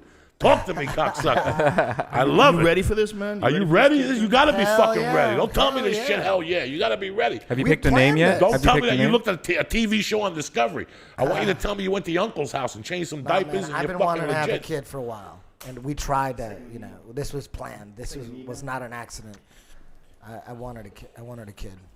I'm proud of you. I'm happy for It's you. going to be Thank you very much. a fascinating experience, man. I see what it did for you. I see Yeah. what it did for you. You're a different fucking man. For sure. Changed me as a human being. First it was the reefer. When you came to me, you said you had the best ice cream sundae in your life the other night with Eddie Bravo. The way you gave it to me, that was beautiful. And then next thing you know, Mrs. Rogan came on the scene. I seen the whole Dude, I will evolution. never forget the day Eddie Bravo got me high. We went and had ice cream sundae, and I had the most massive revelation of my life. I couldn't believe how goddamn good that ice cream sundae tasted. Between me and you, that hot was the fudge, first time you ever whipped straightened cream. up. Before then, you were a fucking ape. You were still bent over. If I threw you a banana, you'd eat the fucking peel. Seriously. That day, after you ate that banana at Dairy Queen, you were back. You were back. Your chest was up and shit. Well, you guys know me. I don't know me as well as you guys know me. Oh, please. You know, that was I, it. You were walking on all I know fours I'm a until that different fucking day. I know I'm a different person. I'm a lot more relaxed and everything, but it must have been interesting, much more for you to watch someone change their It's a personality. fucking beautiful than- thing. It's a yeah. fucking beautiful thing, man. I love to see evolution. I'm a people watcher. I love to watch people and shut your fucking mouth. Yeah. Don't say nothing to him. Yeah. Let him walk into that hole. You know, don't say nothing. I But think coming from my background, like doing martial arts competitions my whole life, and then just transition right into comedy, I had never relaxed. I never settled down. I never learned how to just be calm. It was my whole body and my brain, my personality, all developed under duress. It all developed under, a physical combat all the time on a regular basis. Constant training, constant fights, constant tournaments. That was my life from like the time I was 15 till I was like 22. All my formative years was all spent in stress. And I remember when I first decided that I wasn't going to fight anymore. It was like the first time ever in my life when I was like 22. It was my last kickboxing fights. The first time ever where I could relax. I would always be nervous, when is the next tournament? When's the next fight? When's the next thing? I got to get in shape. I can't be drinking this. I can't be doing this. Couldn't live my life because I was always worrying about getting my ass kicked. I was always worrying about, I have to make sure that I do everything right. I got to be prepared. I don't want to get fucked up. So it wasn't the best mindset to go into stand-up comedy for. That's for sure. It's like a constant battle. Because stand-up comedy, it's totally the opposite. You got to not give a fuck. You got to be relaxed. You got to have fun. Instead of be tense and ready to go at any moment's notice, You sent me, by the way, whatever you sent me doesn't work. One of them doesn't work. The other two do. Check your emails. Yeah, you sent me two things, and both of them are like movies that are 1 second long. What? Yeah. it's amazing Check how it again, dude. I know it's good. My I'll fucking- resend it, okay? my fucking 15 to 22, my mind wasn't fighting. I wasn't a fighter, but I was in a different type of hell. I was in my own hell I was putting myself into, And it's so weird that I became a comic, 6, 7, 8 years later or something like that. And how I took that wildness into the fucking comic, and nobody understood what I was saying until I met you guys at the store. I found the fucking home. I used to travel on the road with Tribble and do all these little road things. I remember when I first met you at the store, everybody was fucking terrified of you. Yeah, I was crazy. Nobody, crazy. you and I remember being like the only guy, like when I first met you, that was like, he's great. What are you talking about? I love that guy. And everybody's like, oh, here comes Joey Diaz. Like, where's he at? I like would gravitate towards you. Oh, I was because crazy. you didn't scare me. You were nice to me. And, you weren't a scary guy to me. You were a regular dude. You were like one of the only guys there that I could relate to. There was like a lot of guys that I couldn't relate to. I knew dudes like you. You know, I mean, not you, but you and my friend Johnny B, the pool hustler, very similar characters, man. Very, very similar characters. You're both way out there. You're both like not give a fuck guys, and you're both guys that were like polarizing. Some people would love you to death, and then everybody, you know, there was a large group of people that for whatever reason they'd be upset at you. Like I remember having to defend you, even to Dom Herrera. Even Dom Herrera was hating on you for a while. Everybody, and I loved it. I fucking loved it because that's why, you know, it's so weird that this whole surgery thing really taught me about fear. My fear has fucking done wonders for me. Because that's why when I wake up in the morning, that's the first thing I fucking do is grab my fucking cock. Because for years I was scared. I'm always insecure. That immigrant fucking thing shizzled into my fucking mind since the streets of New York City with the white kid. Thing? The immigrant thing, not knowing the language, not feeling good enough like everybody else, not being a fucking American. And it sits inside my fucking soul. So for me, everything has been driven on fear. Every time I get on stage, like the other night, fear was real. In Chicago, I got on stage in between the reefer and whatever was going on and the lights. I got fearful, man. But you know what? That's normal to be scared. That's a great emotion, especially when you're a stand-up comic. Because when the more scared you are, the better you're going to fucking do. Especially in my case. The more riled up I am, 2 minutes before I go on stage, the more energy I'm going to give that fucking audience. But I've looked at my life and I've seen how much fear. I was petrified to go get that fucking needle, even though I fucking knew nothing was going to happen. I was going to walk out of there. But I went in, I took the needle, and after I walked out of that needle, I could have fucking killed 10 fucking people with my bare hands because you overcome one of your biggest fucking fears. Till this day, I get little emails, and people are like, you know, I suffer from a social disorder, and I don't know what to do. Well, the answer ain't taking a fucking pill. It's checking your fucking confidence and grabbing your balls and walking into a circle and saying, fuck it, I'm here. You know, my mentality was always go into the mouth of the lion and put a chair down and sit the fuck down and let the pieces fall where they may. And if you're not going to live like that, fuck them all. I'm at the store 2 fucking nights, Joe Rogan. The first fucking night, Eddie Griffin bumps me. You know how embarrassing that is? You become a regular on a Sunday. The first fucking night, you bring 11 people to come see you. Your landlord comes, and you get bumped by Eddie Griffin. And the second night, I go up there, and Steve Greenstein says to me, hey, last weekend, you fucking auditioned here for Mitzi, and you said one of my jokes.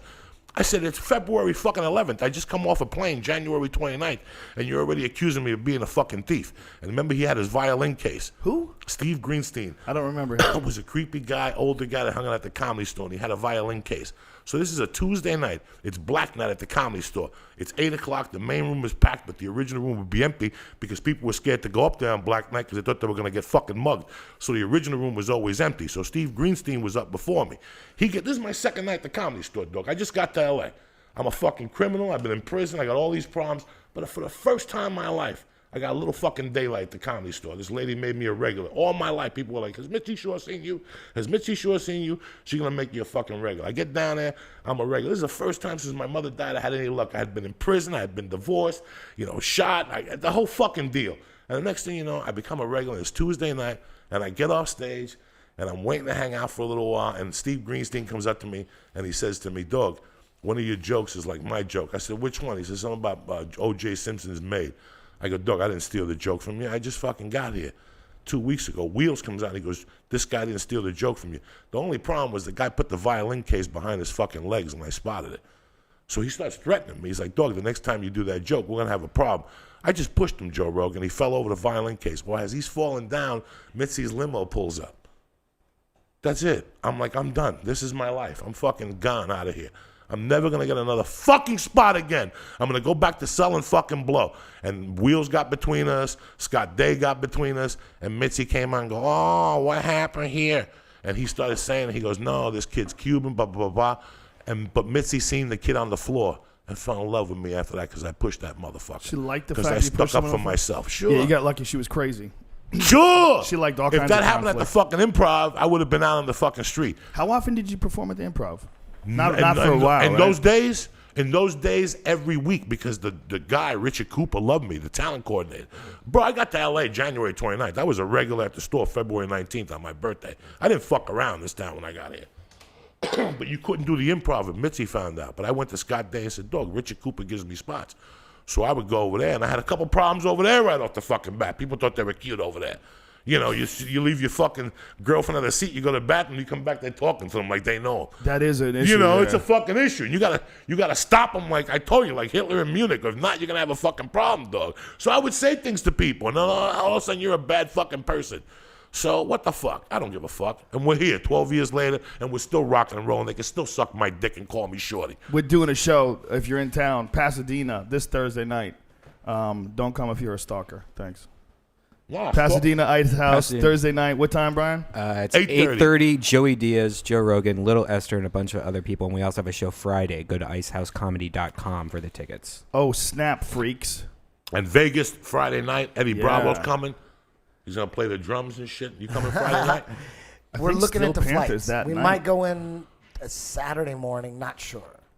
Yo, I'm it safe to driving next time I go to L.A. I'm not driving this time. Next time I go to L.A., though, I'm driving. Vegas. Vegas, Memorial Day weekend It's to see Junior Dos Santos against my man if he recovers from the Yeah, surgery. I'm tired of fucking flying, man. I would rather One time, spend let's the take 4 the big hours in fucking car. Cadillac Escalade. Yeah. Let's go out there. I got a new one. I got one of these new Let's go. Infinity things. With These the big, music giant and the whole things. fucking thing. Hey, Brian, come here. Help me export these things. It's not exporting right. But then they'll pull us over like Snoop Dogg, those cocksuckers. Every time they see Snoop Dogg, he Well, gets it's pulled always, over them. if they smell you anywhere near them, we're going to jail. It's right here.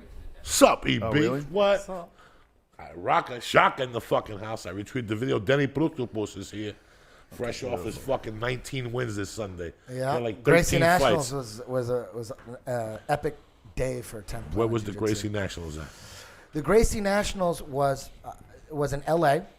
This past Sunday, and Rose Gracie, the granddaughter of Helio Gracie, the grandmaster of Gracie Jiu-Jitsu, she decided to go old school with the Gracie Nationals. She's been running it for the last few years, and she, the whole point system that jiu-jitsu tournaments are run by are just ridiculous. I mean, it's just people are fighting for points and stalling, and it's ridiculous. And Rose Gracie decided to, make her the late great Helio Gracie proud, and make just a submission only tournament. And these tournaments are becoming, this format's becoming more and more popular. They do it in the Pacific Northwest at the sub league in Oregon, and they run smoothly. People have been afraid of sub only tournaments because of time, constraints and all that stuff. But Rose Gracie made it work. She had the balls to go, no points, no advantages, 15 minutes, submission only.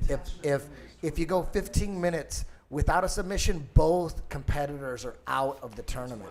So that's the ballsiest format there is out there. And now the Gracie Nationals is the most prestigious submission-only tournament on the planet. And I think that's the future for jiu-jitsu, because, it was a lot more fun preparing for a submission-only tournament.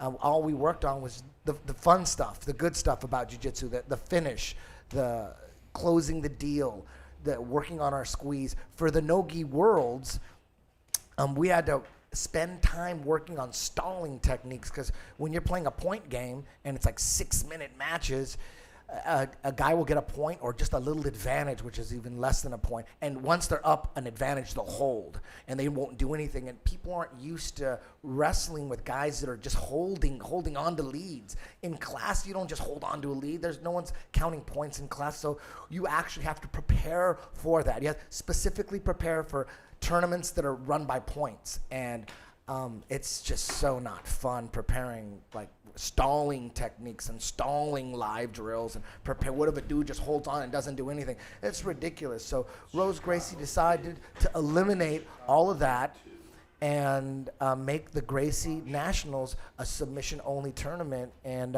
she's also doing the Gracie Worlds in July 15th in San Jose, finally, you're going to be able to get a world title in a submission-only format, which is the greatest. I mean, it means so much more to win in a submission-only tournament than by points. You're a world champion and you won by an advantage, world champion. Those days, it does nothing for the development of your jiu-jitsu. It just gets you better at holding and stalling out and running out the clock. It's just ridiculous. So mad, huge props to Rose Gracie and her husband, Javi Vasquez, who put this tournament together. And, I think this is the future. I think a submission-only format is the only way to go. We're taking biased refs completely out of the game. The refs have nothing to do with the game. They have no time limits? No, well, there's no time limit in the final. But in the qualifying matches, it's a 15-minute time limit, which is plenty of time. And if there is no submission in those 15 minutes, both guys are out. So it's amazing. We had both much guys fun. are out. So if two guys are just like Marcelo Garcia and Jake Shields, they stall each other out. They're both out. Whoa, that's crazy. But in the finals, no time limit. We had some epic matches. 10 Planet San Francisco went 12-1. I had about, maybe. How many affiliates you got now? I got over 30. I lose track. Isn't that crazy? You started out just doing it as something to do. Like, man, what should I do? Maybe I could teach now. And then, boom, now you got like an empire. Man, it was all an accident. It's weird. Isn't it weird? I thought that when we were working on the Man Show, we were going to parlay that into some Trey Parker, Matt Stone shit, Yeah. But it was all a dream. I used to read Word Up magazine. Salt and Pepper Heavy D up in the limousine. The next thing we're going to do is we're going to get a fucking comedy club. I decided while I was taking a shit today, high as fuck, on the toilet bowl. That's the next move. The next move is a reality show about this fucking place, about doing a podcast and doing a comedy club and having it all connected. The way we do it, man, when we have this show Thursday night, we have podcasts going on at the same time as the comedy show, and everybody just rotates in. It's the greatest fucking thing we've ever done.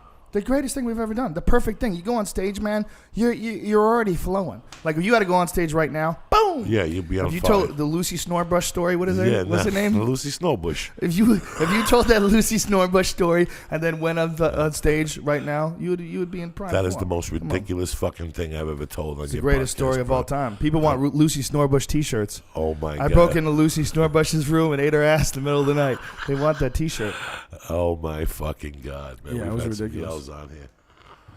And then we got Vegas Friday fucking night. Yeah, we were in Chicago. Like I said, this was the biggest show we had ever done, and it was pretty crazy. I made a video of how fucking crazy it was.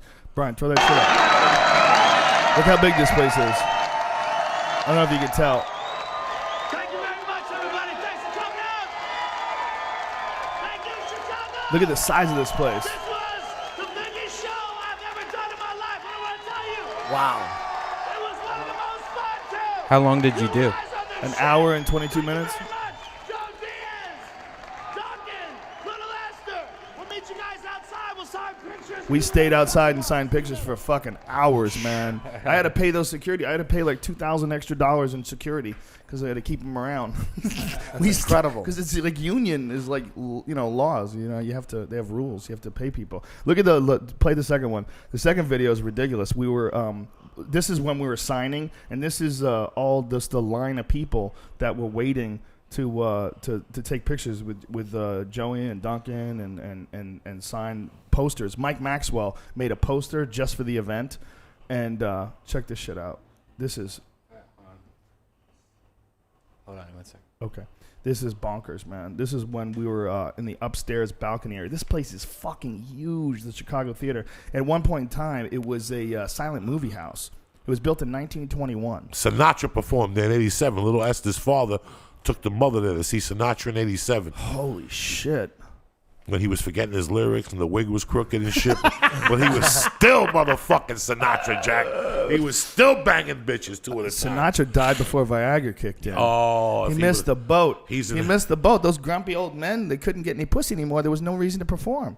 It was all over. Even though he was Sinatra, he only got a hard on like once a month at the end. He was right? still getting pussy with Check the this. wig like a pimp, dog. Look at this. Thanks for coming out, everybody. Come Can you rotate that, Brian? There's obviously something wrong with the iPhone. Well, The way the iPhone interpreted it. Can't you rotate that? no, not on the fly, not at Okay. quick time. But look how nutty that is. You know why it does that, right, Joe? Because it's a piece of shit? No. Before you hit record, look at the icon. If it's tilted sideways, it's going to record it sideways. Oh, okay. Look how nutty that is, man. That's just all the people waiting to get in to get into line to take pictures and shit. That was a fun fucking time. Thank you. It was That fucking one great. dirty freak that pulled her tits out and had everybody sign her tits. Tremendous. She had It's just great like the old tits. days. Hey, dog, she had great tits. She had great tits. Don't put it down. They were nice 24-year-old firm little fucking chi-chis and shit. She was a freak. Chi-chis. She had a little boyfriend that looked like fucking, what's the guy you like? Bruno Mars. Bruno Mars. And this freak was ready to go, Jack. Yeah, didn't somebody throw that guy under the bus? Who was it? Jade and James used to date. Is that Bruno Mars that sings that song? Yeah, well, it's Bruno Mars and the other guy, right? Yeah. There's two guys. Yeah. Who's the other I one? can't remember. There's the rapper guy and then the singer guy. Which one is which? Great fucking tune, whoever the hell it is. Did you hear about those English people that got arrested at the airport? No. You didn't hear about this shit? Dude, it's one of the fucking weakest things I've ever heard about the TSA. It's sad what this country has become. These English people, they were coming over here for a vacation, so they joked around and they said, hey, we're going to go over to America and we're going to fucking destroy America. We're going to dig up Marilyn Monroe's body. I mean, it sounds like some shit that Joey Diaz would say if he was British, right? We're going to come over here. We're going to have a fucking party. This is what they wrote. I'm going to destroy America and dig up Marilyn Monroe. That's what this dude said on his Twitter. They came over here to party. That's all. TSA checked them for shovels. These dumb fucks. They went like, you're going to dig up Marilyn Monroe. We're going to catch you. Oh, did they tweet this or something? Yeah, they tweeted So it. now they're looking at our Twitter. Yeah, man. They tweeted. They're 26 years old, man. They're kids. They went to party, man. Department of Homeland Security. Way to go, you fuckheads. These silly fucks that are supposed to be protecting us. They pulled aside this cute punk rock looking British couple. They look like sweethearts. You know, I mean, it's just. I mean, look at this. This is what the dude wrote. Free this week for a quick gossip prep before I go and destroy America? That's the question. Like a joke. He's going here to have a fucking party. Like he's going to destroy America. Jesus Christ. And they checked for shovels. They sent them back home, man. What? Not only that, they arrested them, locked them up with Mexican drug dealers that they also caught Mexicans? for 12 fucking hours because they're immigrants. They threw them in with the other immigrant criminals. They threw them in with Mexican drug dealers that they busted. So these guys were locked up with real hardcore criminals for 12 fucking hours. And then they flew them back to Europe. Fucking sue them. Unbelievable. Yeah. It's unbelievable. I mean, really, you can't have one rational person who looks at those two And giggles. and it starts laughing. Here's what he writes also. 3 weeks today, we're totally in L.A., pissing off people in Hollywood Boulevard and digging up Marilyn Monroe. Ha ha. He's joking around, man. You can't, really? This is our tax dollars going to work? This is 2012. You know, we're not talking about 1950, like we jumped into a time machine and all of a sudden they have Twitter in 1950. What? They're going to destroy America? We've got to act now. I think it was just to set an example. Like, we're going to fuck anybody up that plays around. I think it's a bully and an abuse of power. That's what it is. I don't think it's an example at all. I think they knew these were kids and they could fuck with them if they wanted to. I think they found someone to fuck with. They found someone to fuck with and then they did. You know, it's really, really sad. They came here to have fun, you fuckheads. Jesus Christ. They checked them for fucking shovels. They're checking Twitter for joke things that you say, joke tweets about coming to America and getting fucked up. Like, do you really think that that's what a terrorist would write? This week, free for a quick gossip before I go destroy America. Like, yeah, that's what you have to worry about? That's where our tax dollars are going? What do you think about Anonymous? Listen, man, somebody needs to stand up for this fucking Anonymous stand is up to awesome, this Eddie. What are you wacky talking world that we're living in, man. And what Anonymous represents is the internet. What the internet represents most of the time is justice. You know, most of what they go after, most of what they do is the right thing. There's a lot of like shit that going on, like this Dana White thing where they're hacking into his Social Security and putting it all online. That's douchey shit. I heard You it know, was like, fake. that's- I heard it wasn't. Well, it was even him. wrong. Yeah. No, it wasn't fake. They got the information, It's a but what they 13-year-old don't kid. understand, first of all, that his dad's name Dana White as well. And they got a lot of the information they got was his dad's, including like liens and where his dad used to live. And now some other guy got harassed because because his information got put online. So this guy, like Dana, had to go to this guy's house and apologize to him. But the kid is apparently a 13-year-old kid from Australia. I mean, he doesn't represent Anonymous. He represents people on the internet that don't like when people on the internet challenge them. Like you say, you can't hack me. I dare you. They're going to hack you. Yeah. They're going to fucking hack you. But that's not what I like about Anonymous. What I like is that what it represents is people feel fucking helpless. They feel helpless to this gigantic oppressive power that is controlling the world and running things in a way that they don't like. And when these guys go after Department of Homeland Security, all these different websites, when these guys try to take things down, what they're doing is they're lashing out and they're saying, hey, we can touch you. We can reach you. We can find your information. Like when they went after that guy that pepper sprayed all those fucking kids in the face, those kids at UC Berkeley that were just sitting on their knees, and they got all that guy's information. They put that shit online. That I like because that lets that guy know, hey, you can't do morally fucked up things because you're doing it under the blanket of your job, the umbrella of protection that you think is offered you by being a police officer. You're doing something reprehensible, man. You're spraying kids in the face with chemicals, you piece of shit. For no reason. And you gotta For no feel fucking that, reason. man. You gotta feel that, man. And you know what, man? I saw a video where the people were trying to justify, like, listen, this is what happened. This is the full story. What you saw was edited. And you know what they saw? They saw the kids just sitting there for longer. Yeah, they didn't move when they were told to move. That doesn't mean you get to spray them in the fucking face. I heard there was some shit in was it Oakland the other day, and the cops were arrested like a crazy amount of people, like 120 or 30 people, but they were tear gassing, and there was like kids there. Like I don't think it's probably the best idea to be bringing your kids to things like this. Yeah, but people are assholes for bringing their kids to these rallies because these things can break out in violence at any moment, especially in Oakland. Yeah. Oakland's kind of crazy, man. Too short. Yeah, short dog. Oakland is not to be fucked with, right? Oakland's a tricky place. Yeah. That's been a hub for that shit for the last 40 years. They have since they play it every year, that's where they go up there. These people know how to react to it. They're sick and tired of it too, and it takes two to fucking tangle. But I love the idea of somebody checking somebody. Yeah. I've always loved the idea. Hey, listen, man, I grew up on fucking Death Wish. You know what? The cops can't be there for you all the fucking time. I love the idea of somebody blasting a motherfucker when you fucking do something wrong. And the internet's the best way. I love it. I love it. I think the internet is eventually going to be the government. That's what I think. I think the way that we're going to govern things is through the internet. Because instead of these oppressive groups what really fucks us is that we don't really get a say in everything. What we get to do is we get a representative. We get to choose a representative. And they almost all get into office and immediately just do whatever the fucking corporations that got them into power ask them to do. That's what they do immediately. They pass a bunch of bills like the National Defense Authorization Act that everybody's going crazy about, that Obama passed, that he said he would veto. All of that stuff is stuff. If you put that for vote to America, like on the online, what do you guys want to do? No fucking way we would vote for that. You can arrest us and detain us with no warrant. Because what people have to realize is the people that you're saying yes to today, when you make a law and you say, okay, here's the law, these people today may not be the same people you're saying yes to 20 years from now or even 10 years from now. You can put laws into place that give evil, corrupt people. I'm not saying Obama's evil and corrupt, but I'm saying what he did is an evil and corrupt thing, and he opened the door for evil and corruption. No doubt about it. Because if someone wants to do that, some future douchebag, some Dick Cheney of the future, if he gets into a position and the National Defense Authorization Act is in place, guess what? A bunch of people are going to go to fucking jail that are just protesting the government. A bunch of people are going to go to jail for obstructing the way the United States runs. They're going to go to jail as enemies of the state. That's real shit. And that none of that would take place if the internet was how we did our government. And it sounds ridiculous, but why shouldn't it be that way? What our government is supposed to represent is what the people want.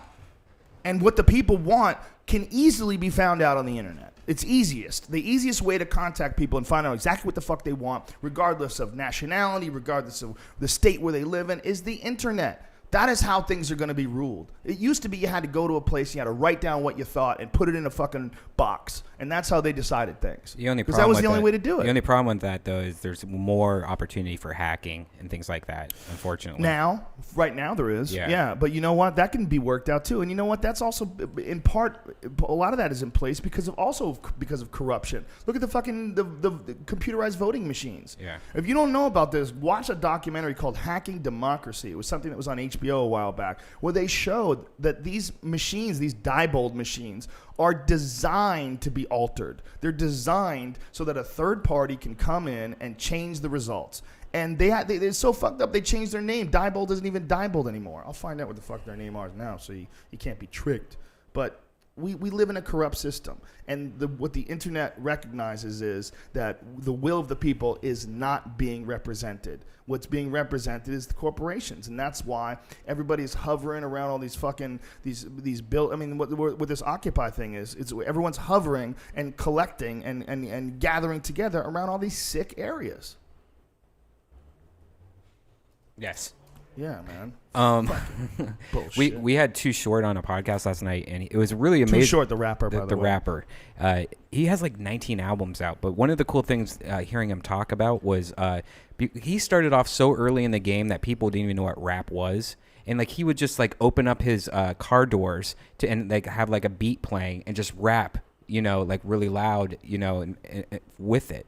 And like one guy came up to him and was like, man, I like that. I want to have that. And then he just popped the cassette and sold it to him for $5. And then he started selling it to like all the drug dealers heard about it. And like that lived in Oakland, like all the kingpin guys. And so they all wanted their own personalized rap cassette. So then he was like having to write all these songs like nonstop just to keep up with all these drug. How'd you guys have him on the podcast? Like Who knows him? We had Kevin Black on, who's sex tape guy, who he's the one that gets all the sex tape, like the Paris Hilton sex tapes and stuff like that. He's one of the only guys that has even seen the Tupac's sex tape, and he's friends with him. He's friends with him. With Too Short. With Too Shorts. What's up with that Tupac sex tape? It's too sexy. White girls or African Americans? I don't know. I didn't ask. Why can't he release it? Tupac's family? Yeah, I think it was a family thing. I think the powers would be. All right, Diebold's changed its name to Premier Election Solutions Incorporated, or PESI. That's the new Diebold. Isn't it funny when companies do that? They get caught doing something fucked up, so they just change their name. Yeah. We're evil, but whatever. Yeah, you got to. Blackwater did the same thing. They changed their name. What's their name now? I'll find out. How far do you think Anonymous can go? Do you think they could ever get shut down? No, it's impossible. The idea, because I think a lot of people get confused what an Anonymous is. The whole point why they can't get shut down because no one knows who the fuck they are. There's tons. Can't they figure it out? There's tons of people though. Won't they start arresting people? It would be the most impossible thing. That'd be like trying to have an army put together that attacks the whole world. It would be like World War. For real, World War. This is crazy. Blackwater's so fucked up. They changed their name twice. They went from Blackwater to XE, and then they went from XE to Academy with a new logo. They just keep changing their name. They figure no one's gonna know. Keep changing it. Keep changing it. Stopping Anonymous would be like, yeah, they could spend all this money and time, and they'll find some 13-year-old in Australia, and then there's like a million other people. Well, the behind thing is, that guy, what they can do to prosecute people that they catch, and how far they can go as far as shutting things down and controlling the infrastructure. That's what people are worried about with this SOPA. With this SOPA, what they're worried about, again, it's not the people you're saying yes to today. They might not be the same people you're saying yes to 20 years from now. And if you give the government the ability to just shut down websites, which, by the way, they already do. Yeah, look what they just did with Mega Upload. Yeah, they just closed down Mega Upload. I'm so bummed about Mega Upload closing too. That was a good website. Okay, but let's play devil's advocate. They closed Mega Upload because they said that Mega Upload has a bunch of different illegal files on it, like wares, and they have a bunch of like movies and shit, that screeners and MP3s. If there's a website, and if you're offering that service to people where they can just upload shit, and then you sell advertisement, which they do, right? Isn't that how they work that shit? and they sell subscriptions. I think if you have a free account, there's limitations and they serve advertising. I think they also have a paid account that I don't think has advertising. But I think what it is that it shouldn't be the company's fault. It should be the user. So yes, they find Dances with Wolves on Mega Upload's server. They find out who uploaded it. They bust him. I don't think it should be Mega Upload's fault for having a service where you can. It's legally you're supposed to share files. Okay, So but let's play devil's movies. advocate. Let's play devil's advocate. Okay. If you do have a service where you're just sharing files and providing bandwidth, you should be responsible for how much of that stuff is pirated, because otherwise you're a distribution angle. You're essentially a distribution highway for illegal shit. I think maybe yes, you should be, but I think it should be more of like, I don't know, sharing of personal information. If you are doing something illegal, should be allowed. Maybe sharing of personal information. meaning like if the FBI comes to Mega Upload and goes, look, we know that you have Dances with Wolves on your server. And they're like, okay, we need to know who this user is. I think then Mega Upload should be like, okay, here's the person's information. Really? You think they should give you up? If Because you're people doing have been illegal stuff, I don't think it should be Mega Upload's fault. Yeah, I don't but- think Mega Upload as a corporation should be shut down for a business because you want to share Dances with Wolves. Well, better the corporation be shut down than the users going to jail. That's the other devil's Yeah. advocate, is that these are just kids and they don't know any better and they think they're going to get away with Absolutely. it, and they think they're just helping people out by providing files that everybody wants to get a hold of. Look, the real problem is people have kind of grown up knowing that they can get shit for free now. Mm-hmm. That's like sort of that's how people feel. They feel like shit is free. Hey, I can get movies for free. They joke around about it. I've had people joke around on my own website about stealing my shit online. They think it's cute. Yeah, I'll get the torrent, LOL. And you're like, wow. Like right in front of you, knowing that it is what it is. That's who you want to be. That's all good. But it's like they're so accustomed to stealing that they talk about it openly in front of the person's face on the website of the person who's selling the shit. Yeah, but that's just called ignorance and stupidity. But yeah, But it's also they feel obligated, not obligated. They feel like they're entitled. You know what? It shouldn't be throwing people in prison. I don't think it should be like, yeah, you were sharing Dances with Wolves with 7 other people, and I don't think that person should go to prison for 20 years. I think you should have some kind of thing like maybe, all right, you're not allowed to have the internet for a year. Well, that's the Kevin like Mitnick punishment. That's what they did to him. But the real issue, Brian, is that actually has crushed industries. Like look at the music industry. The music industry is fucked. Yeah. One of the things that Dana White actually wants to come on the podcast. And he wants to talk about soap, and he wants to talk about all the shit that happened. I talked about interviewing him. I go, let me interview you for UFC.com. He goes, you know what would be better? Let's do your podcast. I said, all right, we'll do it. So we're going to figure out when to do it. And so, look, he's totally into free speech. He just doesn't want anybody ripping off his fucking product. And then, the amount of piracy is so widespread that people were actually pirating streams and then showing them in bars and charging people to go to those bars to watch pirated streams. There's definitely cases like that obviously that should be attacked. Well, there's also people that put streams up and then they sell advertising. They have Google ads. Yeah. And they actually, it's not just like a free thing. They're making money off of the stream. Right.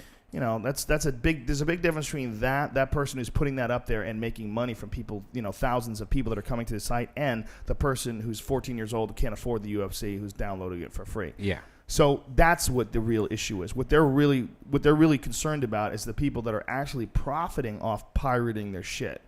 And so it's a tricky thing. Look, my take on it has always been that the internet, without a doubt, has promoted me and helped me more than anything. So the more people that have stolen my stuff means the more people who have enjoyed my stuff, which means the more people will come to see me.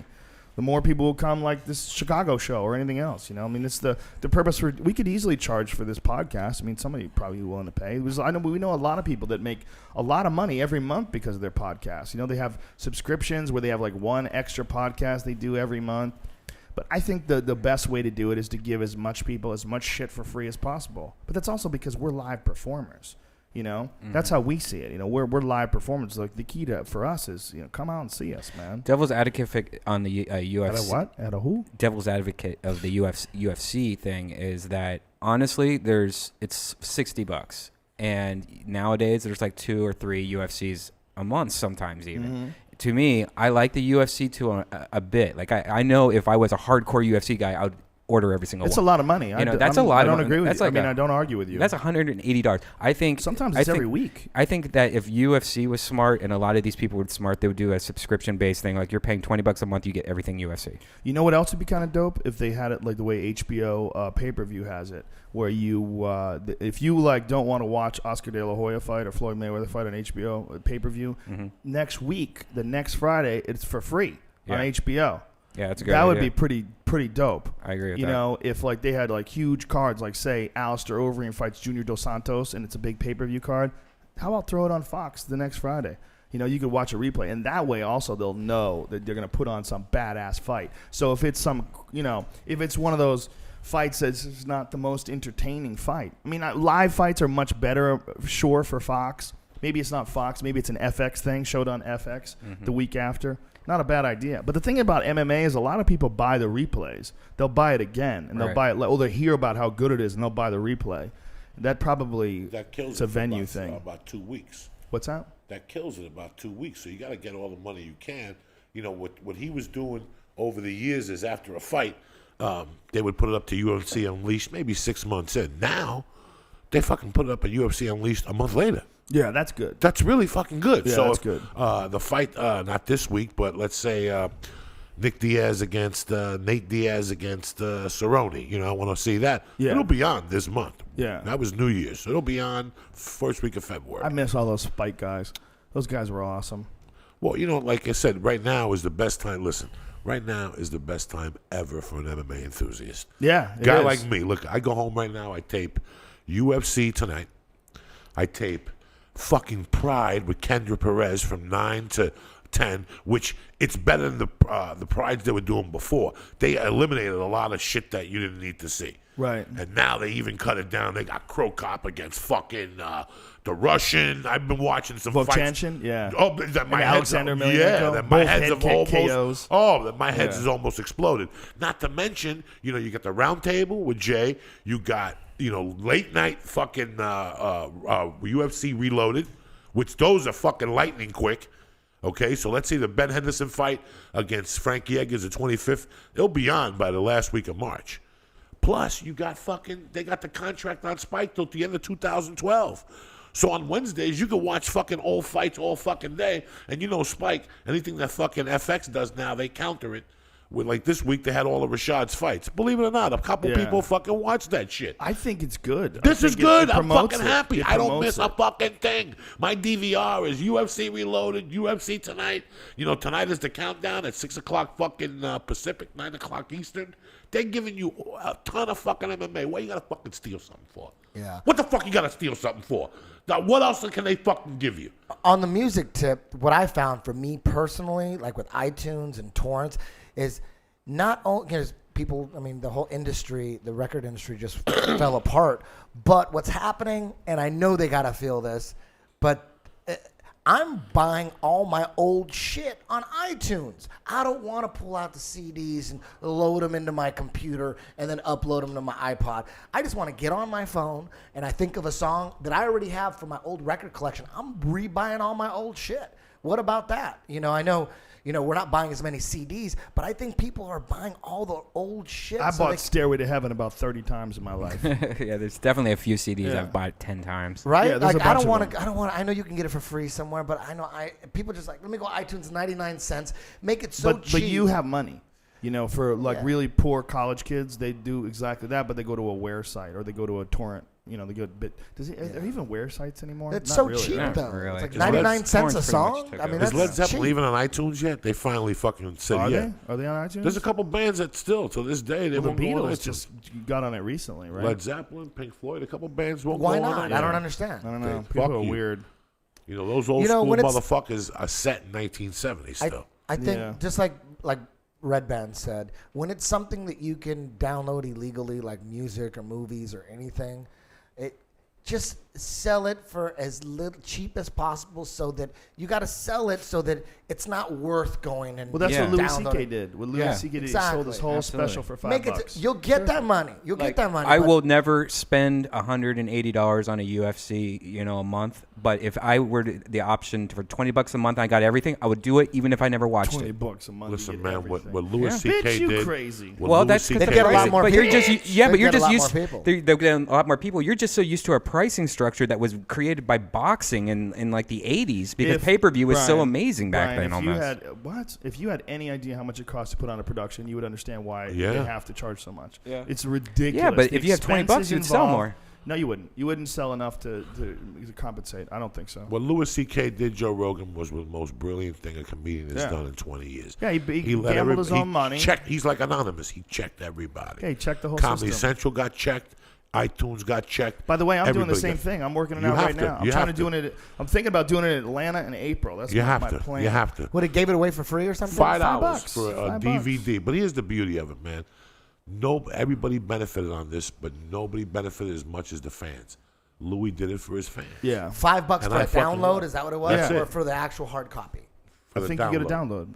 Well, that's all you need. That's Yeah. all you need. Yeah. That's it. I think you get Make- to download it more than once. Too. Make it so cheap that $5. they can't What refuse. did he make on it? Was the number Who 50? knows? It was $1 million He after made $1 10 million. days. And that's the idea of the UFC $20 a month thing. Yeah.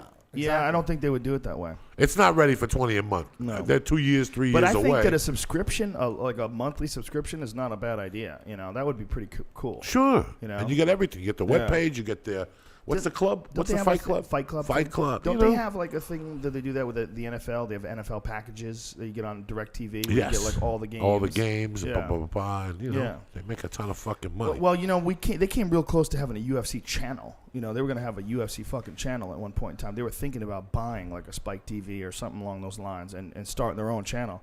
And that might very well be the future. Who knows? After they're done with the Fox deal, or they might do it with Fox, or who knows how all this comes together.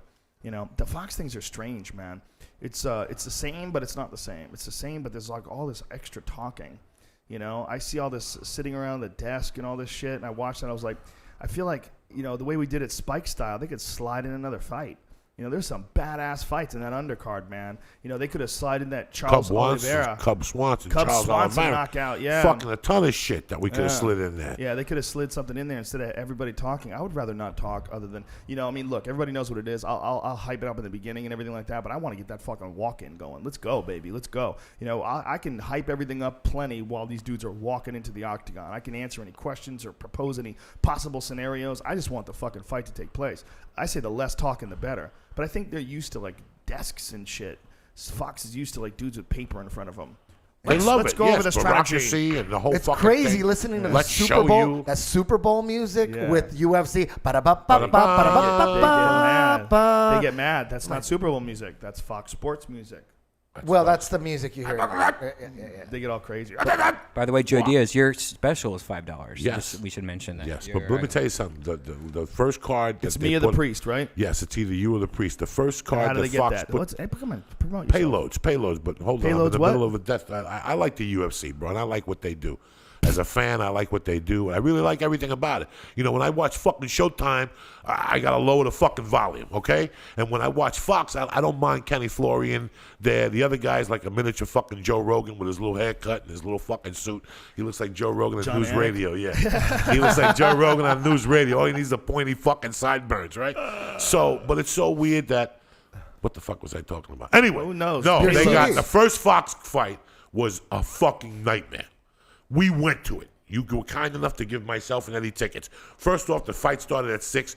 Nothing happened till 6:40. That's too much, Joe Rogan. I can't sit there for 40 minutes Just when I'm talking. psyched up. Yeah. Everybody else is talking. At least now Yeah. they're giving you 3 Well, fucking live, fights. especially live. You're 40 sitting there minutes we waiting. sat there. Yeah. No national anthem, no peanuts. Nobody get down here and give you a fucking drink. We didn't know what to do. You can't get up. You can't pee. We don't know when the fucking next fight is. Yeah, they didn't treat it the way we always But treat the a last regular 2 live event. have been tremendous. This last one was beautiful. I taped the Fox thing. And I But taped isn't it the Feud. crazy that the main fights, except for the Bisping Summit fight, which was pretty exciting, the main fights weren't as exciting as the fights in the undercard, Yeah, bro, it's the curse of Fox. You know what I'm saying? Denny, you don't have to crawl. The curse of fucking Fox. No, you it'll know? be fine. Look, that FX fight, that Melvin Gillard, Jim Miller That fight. was Holy tremendous. shit, That was tremendous. That was tremendous. bad. Jim Miller's a fucking animal, dude. Yeah. Jim Miller's an animal. God damn that Dude, dude. Melvin was lighting him up. He was. Man. We've never He seen caught him Jim with Miller. some shots. Yeah. Jim Miller can take it though, man. He could take it. And the way he took that back, woo! Yeah. He dove on that back mount, man. It's Once he I've locked always it up. been scary from those guys from that side of the woods in Jersey. They come out to Creedence Clearwater and shit Yeah. like that. Bang, bang, ba-dang, bang, bang, bang, bang. Close to Pennsylvania, those Tough as motherfuckers fuck. will kill you, dog. Yeah. That other side of New Jersey, That's that the fucking, woods. I They love might as well it. be Yeah, living close in to Pennsylvania. Tennessee. They Yeah, might as well that's- be living in Georgia. They're the good swamps. people over there. Yeah, that's Yeah. fucking He different up hunts there. all the time. He's a Wyckoff, hunter. wherever the fuck Yeah. he's from. Yeah, that's a different angle over Yeah, there. Jim Miller's a hunter. You know, you don't think of that when you think of Jersey, like outdoorsmen, No, that's hunters. You got the Jersey Shore, you got those Yeah. crazy fucking mountain men, Yeah. and you got northern New Jersey. That's it. You Totally got different Milburn. animals, yeah. Totally different. 3 different fucking continents in one. The Jersey Shore, they're just passing off VD. I give Dude, what when I is just that gonna end? started watching Jersey Shore, and I fucking love it. Snooki and Dina. Oh my god, You love it for real? I'm addicted to it. I can't Why? believe because they're so retarded. I love watching. I mean, Snooki and Dina are the female versions of Beavis and Butthead, and they're like for real. They're actually alive. You know, it's not animation. Did you ever These see are Snooki real get punched? people. No, seen but Snooki get Eddie, punched they're set up. It's fake reality. It's, Whatever. Sometimes. Well, whatever it is. Did you ever hold on? Did you see Snooki get punched? That shit was not fake. That yeah, was real. well, that was You got what, some season crazy- 1 or set it season up. 2? Yeah. But the majority of the shit now is like, hey, we're going to put Snooki inside this barbershop, and then this barbershop's super gay because we casted him gay, you know, and it's just going to be ridiculous, Yeah. and it's completely fake. And you know what's even worse about the whole fucking Jersey Shore thing is that new movie, Three Stooges. I mean, this is a classic franchise that's been rebooted. In the trailer, fucking Snooki's in it, and it's just I like love this Snooki. is disturbingly disgusting. I love her. I just want her to talk. Her and Dina. Oh Who- I my don't know who god, Dina is. Dina's her best friend. She's amazing. It's incredible. All they do every episode is there's going to be a part in the episode where they're all getting ready to go out and they're all doing their fucking hair and putting on their makeup. They go to Karma and it's the same shit. You know what's crazy about it is they are so retarded that you would think with all the cameras and all their fame that they would have girls crawling all over them. The Dude, girls would? You Or would the think guys you would would? think no the girl you would think the guys would have girls crawling all over them. But it's not what you think. It's like girls don't want to go back to that house and be on TV. They're gonna like, get fucked. yeah. Well, not only are they gonna get fucked, it's they're gonna incredible. look like losers. Yeah, it's Yeah. incredible. Yeah. They go out and sometimes they don't get pussy. They got cameras all over them, and they're super famous. And they have fucking bad nights, and the girls they're banging are like regular fucking skeezes that they've been banging for a long time. That they're incredible. What do you think about Big Ange, though? That's who you know what? As good as Jersey Shore is, the best show on TV. Nothing fucks with Mob Wives, dude. If you haven't watched Mob Wives, go fuck yourself. That is the Big watch Ange, that you watch. You gotta it, right? watch it. You Dude. gotta I watch. watched it many times. Did you watch Big You know, Ange the this problem year? is I knew too many of those women. Those women that like knew guys that were like in, and they would like fucking threaten you. I'll fucking make one phone call right now. These No, bitches those are just fighting each disgusting. other every Yeah, of episode. course. They want and they have money. They're in their 40s. You would think they would have some class, need to go but they're on their like, "Fuck Twitter. you." The last You need episode. to go on their Twitters. Oh yeah, I do. The I one follow all mob of them. wife, the one who's divorced, and she keeps calling her ex-husband. This man disrespected me. And the Which ex-husband one? will show Drita? up, the fat one with the big head. Oh, She Oh, got wait that a big minute. Ralphie May head. Is her husband out of jail or in jail? Her husband divorced her. I don't know. I think he was about to go to jail again. The dark. Oh yeah. That's Renee. he's The Puerto big, thick Rican. angry Renee. Funny She looks like He's Puerto Skeletor. Rican. He's Puerto Rican. He's Puerto Rican. Yeah. How's he in the mob? He's Puerto Rican. Her father. They're saying father, that she did I tell you? married. They're saying that she married or he married Renee to get into the mob. That's what they're saying. makes They're accusing her of that. His and she's- name is Hector Jr. Really? How many fucking Italians do you know the name is Hector? Yeah, he's Cuban. or But something. what happened was, remember we had this discussion the other day. I read her Twitter. Staten Island was a fucking garbage dump run by the fucking Indians. That's where they put the Indians after they threw them out of New York. Then they decided, fuck, we got this property over there. Let's build on fucking Staten Island with garbage. Todd Hill. So it was all just garbage? It used to, half of it was a dump. That's why when you're driving, I mean, bro, it's 20 minutes from Jersey that way. That's when they give you, they I'll put tell you you to- what, Staten Island to me, when doing all when I used to do gigs in New York, Staten Island had the most unfriendly environment. Yes. There was one club on Yes. Staten Island, What was the name? Grandpa's. Grandpa's. That was, Yeah. wasn't that wouldn't Al give Lewis's you- joint? They wouldn't give you a seat for your girlfriend. You would show up with your girlfriend. They would like, could she sit down the back? No. These seats are for customers. Like, wow. Like, your performers, like, they don't even have, like, a little spot where the performer can sit down or your girlfriend can sit down. Like, they would want you to, just go stand outside, stupid. You're not a part of the show. Like, I went to, it was just a listen, weird vibe. Listen, I went to Staten Island one time because I got sick and tired of going to Harlem. If they caught you getting weed in Harlem on the way back from Jersey, they would confiscate your car because you were interstate transporting over federal lines. Those bridges and that tunnel, yeah, they're cute. But if they catch you bringing drugs over, your car gets confiscated.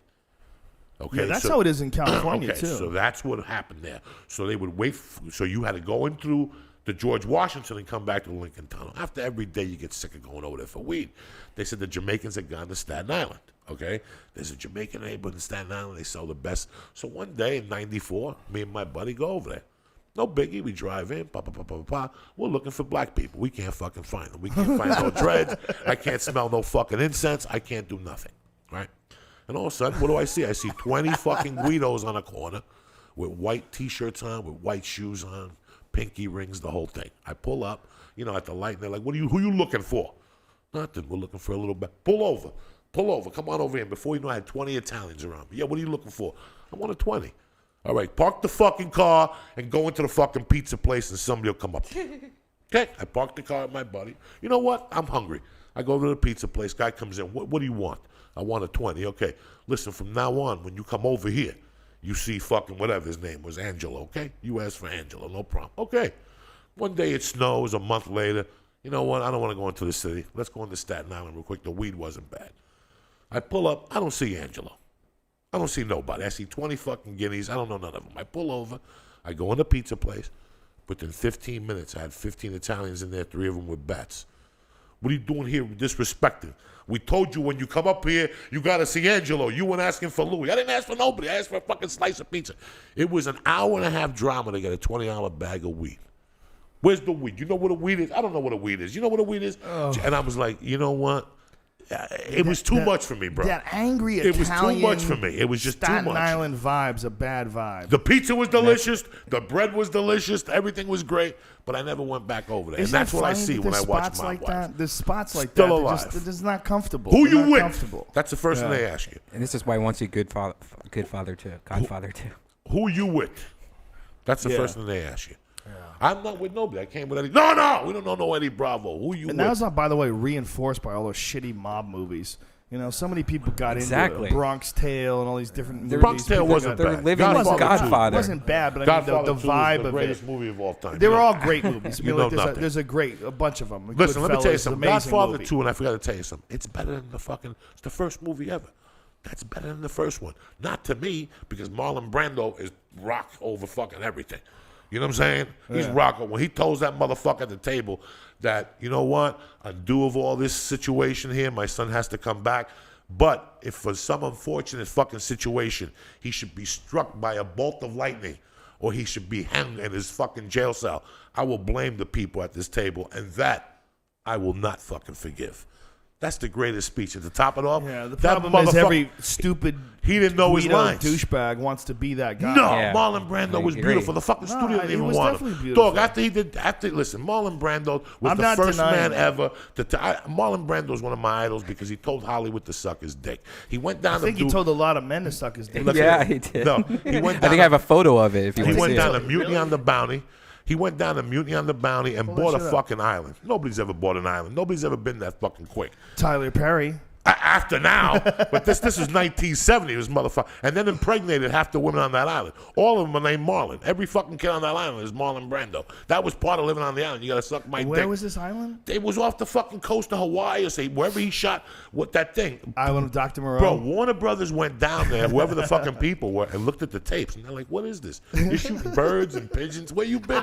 Where the fuck you been for the last month? He's like, dog, I've been fucking these Hawaiian chicks up the ass. I'm having a great fucking time. So then when The Godfather came along, they didn't want him. They're like, this guy wasted millions of fucking dollars. Yo, put that up here. Put that up here, Brian. Yeah, you sure? Yeah, Oh, put shit. that up.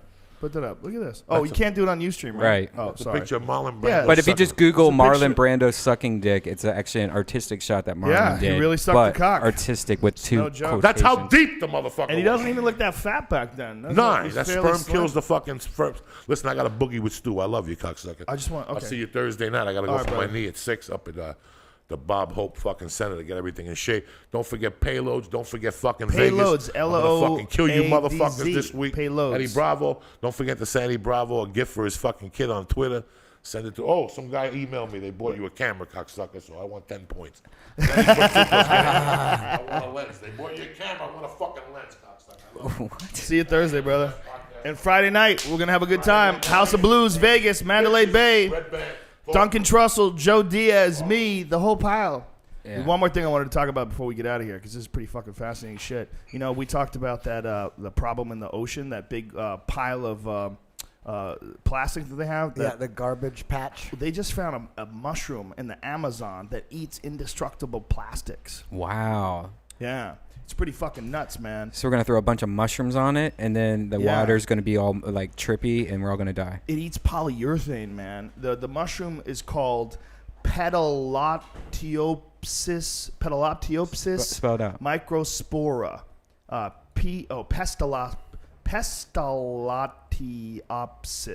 Pestalottiopsis microspora. Why do they have to name them? So Yeah, why can't they call it, What's like- up with the Latin? Let it go, bitch. It's 2012. You know, awesome plastic eating mushroom. That's the official name. It's spelled PestalotioPsis micro Spora. So it's a resident of the Ecuadorian rainforest and was discovered by a group of student researchers led by molecular biochemistry professor Scott Strobel as a part of Yale's annual rainforest expedition and laboratory. You know, they go down there, man. They have these scientists and these researchers go down there, and every now and then they'll find some fucking crazy shit. That there's like all sorts of medicines that have come out of the rainforest, incredible psychedelic drugs, all kinds of nutty fucking things, and they're chewing that bitch up every day. So the mushroom like disintegrates the plastics, or what's it do? It eats it. It's able to. It's the Mushrooms have first mouths? fungus species. Well, it absorbs. You know, mushrooms absorb things. I mean, Right. they you know, it's really like they're the it's karma. It's like karma-free living. The way mushrooms live. They just, Right. they eat. They literally live in shit. You know, they live the most humble life possible. But it's a living organism. It's the first fungus species to be able to survive exclusively on polyurethane. So it lives on fucking indestructible plastic. And more importantly, it's able to do that in anaerobic conditions, meaning the same conditions found in the bottom of landfills. And this makes this fungus a prime candidate for bioremediation projects that could finally provide an alternative to just burying plastic and hoping for the best. I wonder how long the process takes. Like, are we talking about like 30 years? Probably the a mushroom billion years, but Yeah. at least it's better than what the plan's now. Right. Now they need to find some shit that eats nuclear waste. Yeah. They need to find. I mean, it's probably in the Amazon. It's probably a frog. It's probably Snooki. It's a frog. They're gonna give it this frog. It's gonna eat nuclear waste, and then it's gonna become fucking Godzilla. Oh no! There goes Tokyo. Go Godzilla! Denny Prokopos, you want to step up to the mic? Want to be on the podcast here, son? This is our boy Denny. We've known Denny since he was a little child, since he was a small boy, and now he's a black belt world champion. First 10th Planet Jiu-Jitsu black belts. The viewers have been looking at his feet for the last 2 hours. They are sexy feet. On the headphones, son. So everybody knows that you know what you sound like. Cool. Holla at your boy. At the Gracie Nationals this past Sunday, not only did 10th Planet get the first place team title for the Gracie Nationals, but Denny also got first place in his division. Fuck yeah. Tapping out 2 black belts. He twisted Joe Moreira black belt and he guillotined UFC star Nam Fan in 29 seconds. So he capped off an epic day for 10th Planet. That was a flying guillotine? You got him a flying one? Jumped up? No. He shot in for a single leg on my right leg, and I just wrapped his neck and I drove my hips in. He fell back. I hooked his right leg with a triangle, stepped over with my right leg, crossed my feet, arched my hips, looked up. Nice. That was it. It was amazing, man. It was His guillotine's nasty. Yeah, we've known Denny since, what were you like, a purple belt when you started training with Eddie? Blue belt? Blue belt? Blue. Yeah. But I started 14 or actually 15? no, I started training with Eddie when I was an orange belt. But So that's like little kids, right? yeah, I was 15. Damn, look Wow. at that. Tell him about our first private lesson. He lives in San Francisco. He's been there the whole time. I'm in LA. I had just opened up. I had my first school open for maybe 2 years. And I'll never forget when it was after a tournament, me and a couple well-known jiu-jitsu players were in the parking lot smoking some weed in our car, and here's this little kid like 2 cars away just standing there looking at us, and we're like trying to hide the weed, like, oh no, there's a kid there, hide the weed. We're like hiding the weed, and he knew exactly what we were doing. Like, and then you came He lives up in San Francisco. yeah, he drove down for the It's tournament. different. Yeah, he San drove down. Francisco kids learn about weed when they're 3. Dude, Yeah, it's been legal there for like 30 years. Yeah, nobody gives a fuck. the first time I got offered to smoke I was in 4th grade. There was this. So tell us about your first experience with like, remember your birthday and all that kind of stuff. Oh yeah. So for my 15th birthday, my brother and we were gonna go down to this Greek convention. It was like this Greek dancing thing, and I'm like, all right, I wanna take it private with Eddie, you know, and he taught me the rubber guard. Back then, he actually taught me London, and taught me the invisible collar, the basic path, and taught me some twister stuff. Taught me the meat hook, and I basically went back, and all the stuff I videotaped it. He had his brother drive down from San Francisco. Yeah. So it was pretty cool. So that's So- pretty crazy. I had this kid, and I usually don't do privates, but this kid shows up, and I'm like, you know what? I like to save all my energy for my group classes. I really don't have energy for privates. Really, just rarely do I give them. And he comes down. You know, this 15-year-old kid drove all the way from Frisco. I'm like, okay. And he ended up. I knew right there. I knew that this guy, there was something special about him. I knew that. I mean, if he's willing to drive all the way down from San Francisco to take a private, that he's down for life. This guy was. Yeah, that's the most important thing that anybody could ever show. Is just, if you want to be successful at something, you have to be really fucking dedicated to it. Really dedicated. And doing something like that, come all the way down from San Francisco. That shows And you. it never wavered, because even to this day, I'm not just saying this.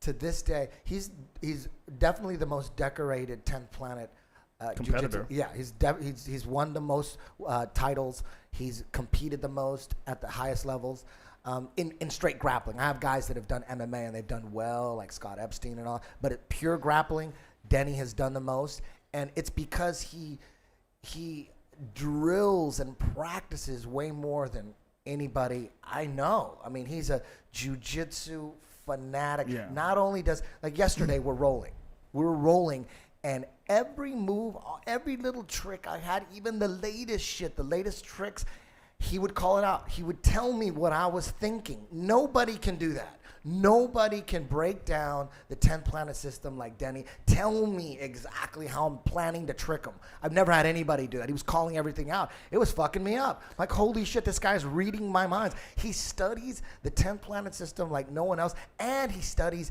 all the new games that are coming up, like all the 50-50 stuff, all the leg lock, all the latest stuff that the Brazilians are coming up with, like Rafael Mendes and Cobrina, the spiral and De La Riva. This guy studies it like he has OCD, like he's just obsessed. He's definitely focused. It's so incredible. important to be around people like that. You know, in life, there's always people that are willing to take things to another level, that are learning quicker than everybody else, that have more passion. It's so important.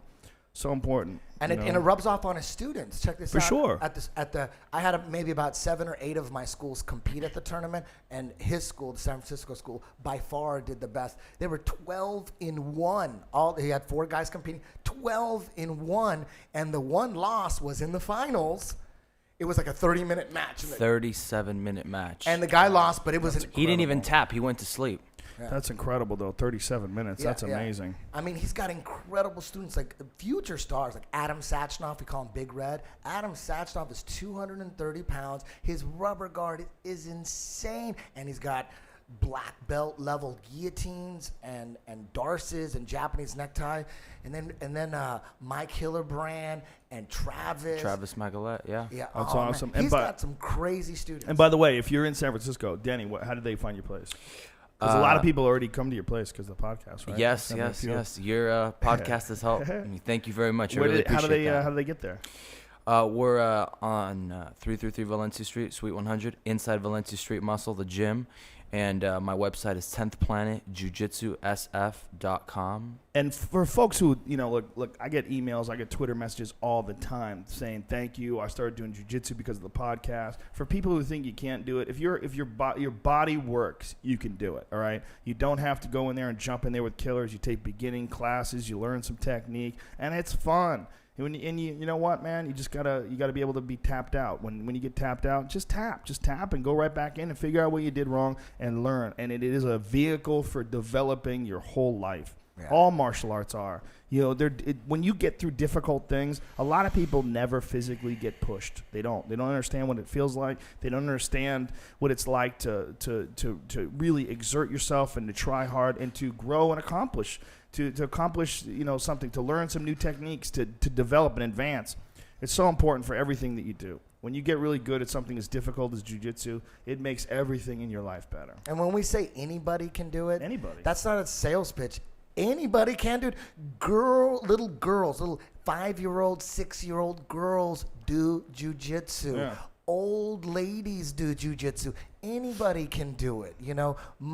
Contrary to popular belief, you go to jiu-jitsu school, it's not these barbaric animals that want to rip your arm off. It's the opposite, because mostly nerds. Yeah, it's mostly our classes are mostly like computer nerds who will kill you. Yeah, exactly. Computer nerds that are addicted to gaming. Like Cade. If you didn't know Cade, you look Nelson. At Cade Nelson. He's wicked. His jiu-jitsu's wicked, and he's a very small guy. He's like 140 pounds at the most, right? He's not a big guy. He's 130.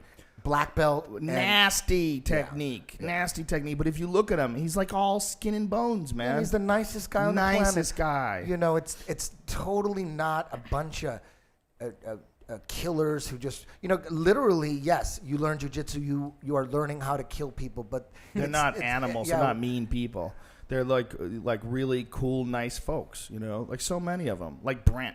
You look at Brent, like what a nice looking guy. Like seems like just a normal, real friendly, nice to everybody. Yeah. Choke your fucking lights out. The sport itself, what's going on, what makes it so much fun is a filter for douchebags. Yeah. Because in the sport of jiu-jitsu, the game plan is to tap someone out, to put someone in a position in a chokehold or an arm bar. None of it hurts. You just tap out when you feel like you can't get out, and you tap out, give up, and then the guy lets go of the hold. So that's like a kill for you. No one got hurt, but you tapped out, you couldn't get out. Douchebags can't walk through the fire, those beginning stages where they're getting tapped out, they're losing the game, because they take it too personally. Everybody has an ego, but douchebags have the biggest egos, so they can't go into jiu-jitsu and go through the learning phases where they're losing, where they're tapping out, losing a game of death. They can't handle it, so they never even get to jiu-jitsu. The only guys that make it through are the guys that have a complete control of their ego, where they tap out in the beginning all the time. You're always losing in the beginning. You're just tapping out. It doesn't hurt. You're tapping out, but your ego can get bruised if you don't have control of it. So what ends up happening is jiu-jitsu is the ultimate douchebag filter. You're left with a bunch of guys that had no problem tapping out and no problem submitting. No problem dealing with reality, because the reality is every dickhead wants to think that he's the fucking man. Yeah. Every guy wants to think that, there's so many guys that are like, bro, if I got into MMA, I'm telling you right now, I'm not into that MMA, but if I get into it, I'll fucking be running shit. Yeah. Fuck GSP. I'm a natural born fighter. Yeah. There's some dudes who are just natural. And those guys, they can't handle jiu-jitsu because some little Cade dude will choke their fucking lights out. Yeah. And that's also why those guys are scared of weed. Holla. Yeah. Especially edibles.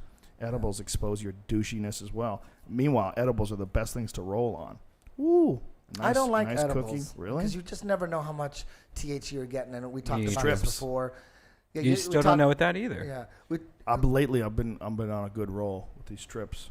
yeah. Cool. I just like a couple puffs before I Yeah. teach, and I'm all good. I don't need to get crazy. You guys ever try the Gold Mist? No, a mist. Yeah. It's like a breath thing. You tried it? Yeah. How is it? Pretty good. Yeah. Yeah.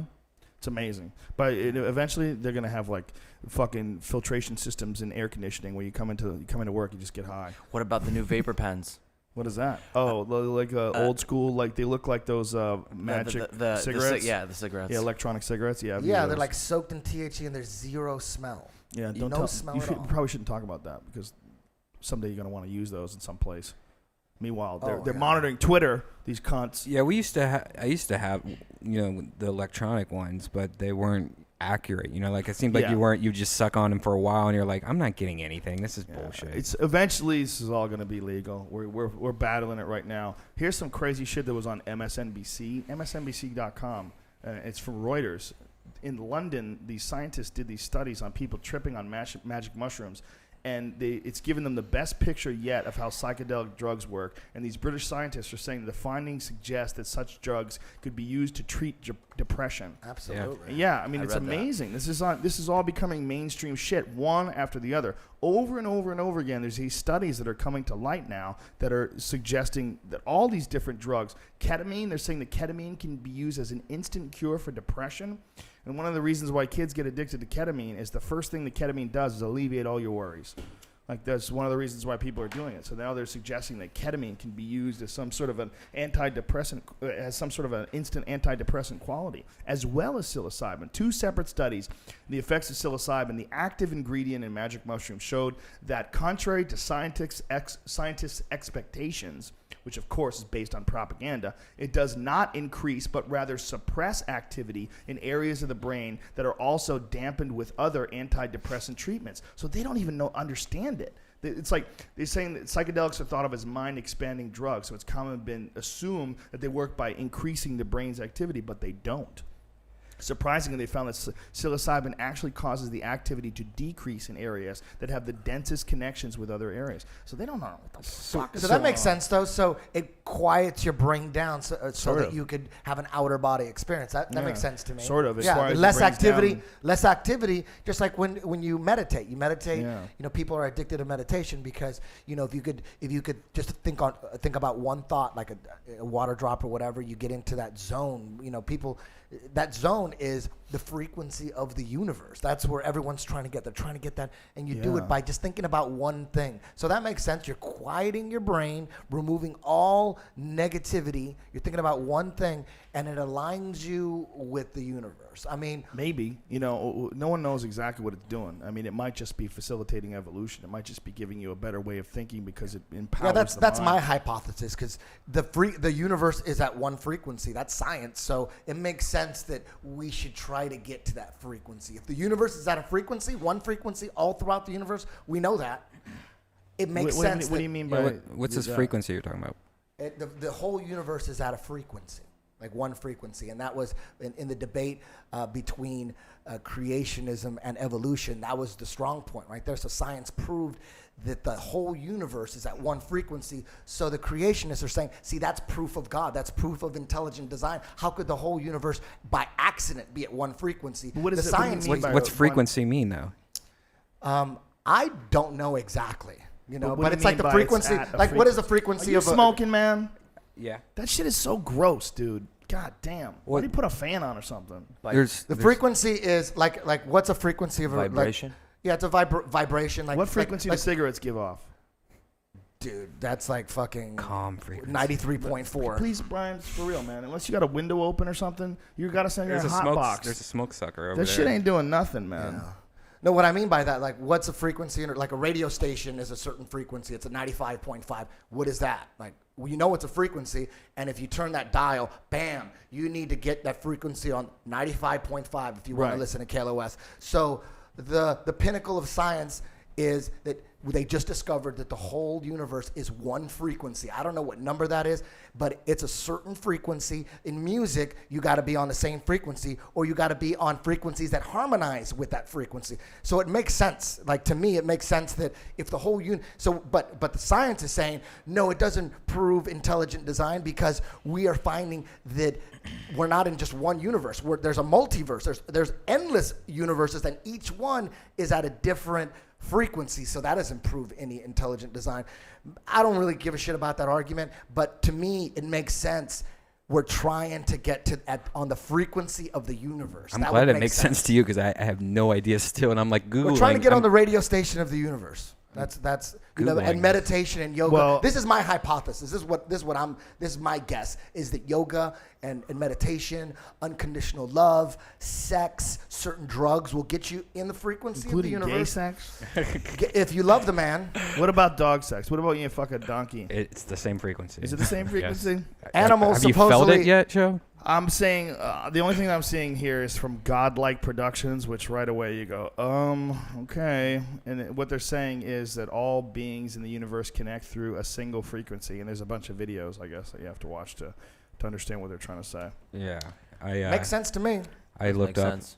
and it says it's a song from the Butthole Surfers. Really? Yeah, I bet it's a good song. yeah.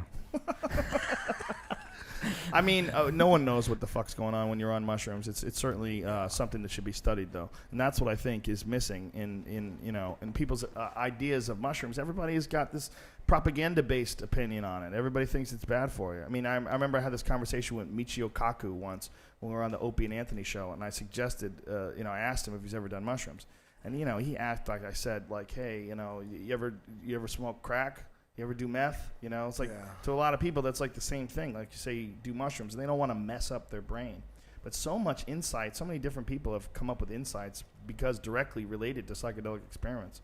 I mean, I don't know if it's true, but the rumor was that Francis Crick, when he was dying, admitted, that he was a frequent user of LSD, and then that's how he came up with the idea, the concept of the double helix of DNA. That he came up with it under the influence of LSD. There's been a bunch of this. I think the guy's name was Kerry, another guy who came up with other insights on LSD, and it's been geneticists and different people that have done ayahuasca that have had weird ideas and expanded on these ideas that came directly as a result of psychedelic experiences. Who knows what it is, man? I don't know, but it would be awesome if they were allowed people to fucking study it instead of lock you in a fucking cage for experiencing something that's been here a lot longer than people have. It's so stupid. It's just we have a bunch of stupid people. Like, we were talking before this happened about the presidential debates, about watching. Like, watching Newt Gingrich is hilarious. Like, how is he even in the presidential race? It's amazing. That guy doesn't. Well, how about Mitt Romney? Him and Mitt Romney are arguing about, because they both had investments in some.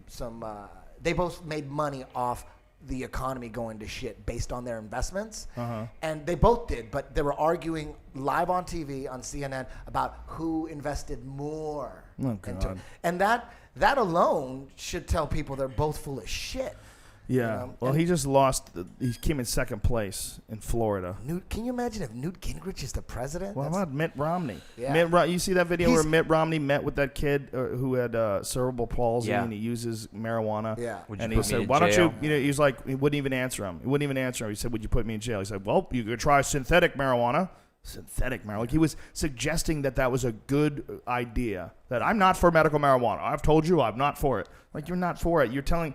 For why? Why? For what reason? Under what reason? Why? Because you're a whore. Because all these goddamn companies that get you into the position that you're in right now tell you that that's the stance that you should take. Did you see that video of all of Mitt Romney's flipping and flopping? There's an awesome YouTube video. Gross. He's a Mormon, man. Not that there's anything wrong with being a Mormon, but when you're a Mormon, you're not allowed to run the presidency. You're not allowed to run the country. You're just not. You're not allowed any wacky religion. If you're a super Catholic, and I know JFK was a Catholic and everything like that, but this is with different times. It's 2012. Really? You believe that Joseph Smith, a 14-year-old kid that lived in 1820, found golden tablets that represented the lost work of Jesus? The guy was a con man, a known con man. He said he found a stone, and a secret stone, and he looked through this stone, and he could read the lost works of Jesus. Really? Really? Come on, man. What language was that in? Goofball.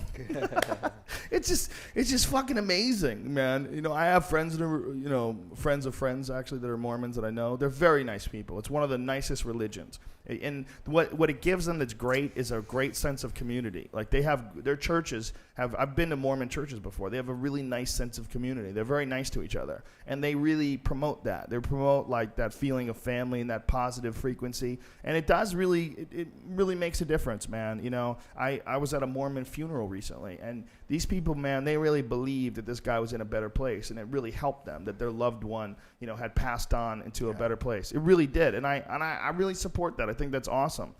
But that's just because the ideology happens to be in a good frequency. But if you break down what the ideology stands for, it's ludicrous. It's absolutely ridiculous. It's absolutely doing some good for some of these people, but so would just being nice. It would do the exact same thing. Yeah. So would just being humble and giving in to love and just being nice to people. You don't need some wacky shit that was made by a con man, a 14-year-old con man, who found golden tablets. And then when the people came to him, like, where are these tablets? He goes, oh, the angels took them away.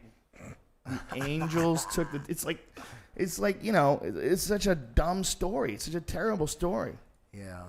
I mean, to me, growing up, I despised all religions. I thought it was all just crap and just destroying society. But as I get older, for me, my opinion on religions is if you do it right, if it's based on unconditional love and doing the right thing, different religions are just like, it's a way to get your soul in the right frequency. There's different ways to get your body physically, like there's kettlebells, and then there's some people like to just run, some people like to swim, all different ways to get your body aligned. And I think all religions, as long as you do it right, whether it's Muslim or whatever, Catholicism, like my grandma, she did it right. All she cared about was doing things for others, and she was hardcore Catholic, went to church every day. That was her exercise of the soul. That is what got her frequency in the right place. Some people do yoga. Some people meditate. Some people, believe this. Some people worship rocks. If you really believe the rock is the frequency of the universe and it gets your soul in the right place, I'm all for it now. Yeah, it's an idea of just believing in something and then having a code that you live by and moving your life always in a positive way. Yeah. And that's good, no matter what you call it, whether you call it Hindu, whether you call it Kundalini Yoga, whether you call it Catholicism. If you're really moving in a positive direction and you really believe in love and you really are being warm and open, and you give in. The idea of giving into a higher power is not because God wants you to be humble or God wants you to be in awe of his greatness. What it is saying there's something above you, so not taking yourself so fucking seriously and instead not being out for number one and sort of realizing that we are together, like there is a brotherhood and a sisterhood of man. That's really what it's supposed to be all about. That's the good of religion. And that's where I've seen religion help people for sure. And I was just like you growing up, man. And it was both of us, it was the same reason. Because we had seen the system fail us. We had seen all these people that were supposed to be correct and, these people that were supposed to be adults. And we saw they were retarded. We saw they were assholes. We saw that it was all bullshit. We saw that, religion was being used negatively a lot of the time. And there was a lot of guilt and there was a lot of yelling at you and there was a lot of we just trashed all religion, Yeah. So, I would never, if my grandmother was still alive, I would never try to, knock some sense into her and try to prove that the Bible was written by man. It worked for her. That was her kettlebells right there for her soul. It worked for and that's the way I look at it now. I think religion is if you do it right and you always look to do the right thing, and life is all about selflessness and unconditional love. And what people don't understand is that benefits you, man. You can do that and do it in a selfish way. I mean, it sounds stupid, but if you're a selfish person, you really want to succeed, you really want good things for you, you want to do it selfishly, be nice to everybody. That's the best way to get ahead. The best way to get ahead is just be nice to everybody. Tip people whenever you can. Tip more than you're supposed to tip. Give people hugs when you can. Be nice to people all the time. When you put out that good energy, you get good energy back. You can almost think of it in like people are like, I'm looking out for number one. You really want to look out for number one? Look out for everybody else. Look out for everybody else, and that's how you really look out for number one. Absolutely. I have had the most benefit in my life by being nice to people. The most benefit in my life by being generous and being friendly and being warm. And every time I've not been that, it's always fucked me. And when I run into someone, especially now at this stage of my life, when I've had my own personal revelations and my own successes and failures, and I've kind of assessed what helps me and what doesn't help me, when I run into someone that's life is a mess, when I run into someone that's got a lot of troubles, God damn it, if it's not a big chunk of what the fuck got them there is the way they think about things, the way they behave about things, the way they take a cigarette and fucking throw it in the street. You don't realize why your life is kind of shit while you're littering everywhere? Like, that's not, you're not putting out good energy while you're throwing your fucking McDonald's bag out the window because no one's looking. You're being a cunt. You're fucking up, man. You're ruining space. You're sending out bad things. When you fuck somebody over in a business deal, you're like, well, I profited. Hey, it's a dog-eat-dog world. Bullshit. You just put out some negative shit, and it's going to come back at you, man. That guy hates you. Those people you fucked over in that bad development deal or whatever the hell you did wrong, those people don't like you now. They hate you, and that's going to come your way. Do nice things, and nice things come from it, man. Think, talk, and act. Always. Think, talk, and act, man. And that's the best way to end this bitch, right? Yeah. Let's wrap this motherfucker up. So, San Francisco, if you're down to get your shit together, if you're down to learn the ancient martial art of jiu-jitsu, if you're down to have a vehicle for developing your human potential, go to 10th Planet Jiu-Jitsu San Francisco or JJ? 10th Planet Jiu-Jitsu SF. Jiu-Jitsu, full word. Yes. 10th Planet JIUJITSU SF. Go there. You should probably have a shorter version of that, Yeah, that's too. what Well, you could just go There's to 10th, also no-gi-jiu-jitsu-sf.com. Oh, if you go to 10th Planet JJ, it shows you everywhere. 10thplanetjj.com. And there's how many affiliates? Click locations. We got over 30 worldwide. 30! Melbourne, Rochester, Victoria, Canada, Portland, Spokane. And by the way, if there's Montreal. no one near you and you want to learn 10th Planet systems, you can still go to 10thplanetjj.com and you can learn from the videos that are available in the database. You could literally see all the lessons that we're learning in class in San Francisco. Eddie puts those up there. You just have to pay a small monthly fee. $4.99, just like we were talking about before. $5, perfect. I could have charged 30 or 25. A lot of people are. I just wanted just a little bit. I wanted to charge for bandwidth, to keep your website going. I got to charge a little Yeah. bit. $4.99 a month for the entire 10th Planet system at your fingertips. And there's also DVDs available. Tell them about the DVDs and where they can get those. You just go to 10thplanetjj.com. All my Everything. shit's there. The books, and the if there's not DVDs. if there's not a 10th Planet school near you, just go to any Brazilian jiu-jitsu school, any school. It doesn't matter. You know, if the guy's a douchebag, find another school, whatever. But any jiu-jitsu is better than no jiu-jitsu. Absolutely. It's a good thing to have the skill to protect your family, to protect your loved ones by being an expert at scientifically subduing someone and putting them to sleep non-violently and getting the hell out and getting to safety. You know, And it's a fun way to exercise, man. A lot of people don't like going to the gym and just riding a bike. It's fucking boring, you know? And a lot of people can't motivate themselves to do that. Jiu-jitsu will motivate you to do it. It's fun. It's fun. So 10thplanetjj.com, all your information. Get it. Go get yourself some skills, son. Learn it! This Friday, House of Blues in Vegas. Joey Diaz, Duncan Trussell, and me. Almost sold out. There's only a few tickets left, so jump on that shit. Go to my Facebook page. Or It's HOB.com. HOB.com. That's the best way. I got some seminars Okay. real quick. Seminars at Omaha, February 11th. Michigan, February 18th. And Is all this on 10thplanetjj.com?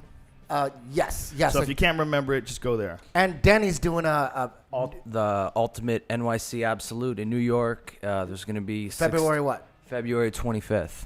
All the top guys make Ryan Hall, February Cobrina. 25th. Where the hell am I? They're mixing 29, 35, 49, and 162, and we're all meeting at 155. Yeah, it's like a mini Abu Dhabi, dude. It's not even a mini. It's like just as good as Abu Dhabi. Damn, I'm going to be in Japan. Yes. Like a motherfucker. Jake's fighting on that card. Oh, yeah, he's fighting Akiyama, right? Yeah, man. Woo, excited. Yeah, How's that's his a good stand-up fight. going? Stand-up going good? Yeah, dude. Jake's Getting always better? getting better, man. You know, he's a hard worker, dude. I've been working with him. I got to train with him last week, dude. He looks awesome, and Stand-up is getting better? stand-up's getting better. I think all of his skills are getting better. His wrestling, his jiu-jitsu, his stand-up, everything. Beautiful. I love Jake. He's a good dude. All right. Thanks, everybody. Thanks to Fleshlight for sponsoring the podcast. And they were the first sponsor, and we will always be loyal to them as much as people give a shit about it. Oh, I should probably say something about this Fear Factor thing. Yeah, Fear Factor got pulled off the air. We were supposed to have an episode where contestants drank donkey semen and donkey urine. Apparently folks think it's too much. I agree. Okay, after we did it, I'm going to be honest with you guys, and I haven't told anybody this, but I think I got high with you after it was over that day, and I remember thinking, I might have told you, but I think we fucked up, man. I think we went too far. It just seemed wrong, man. I'm like, people are not going to like this. This is going to make people angry.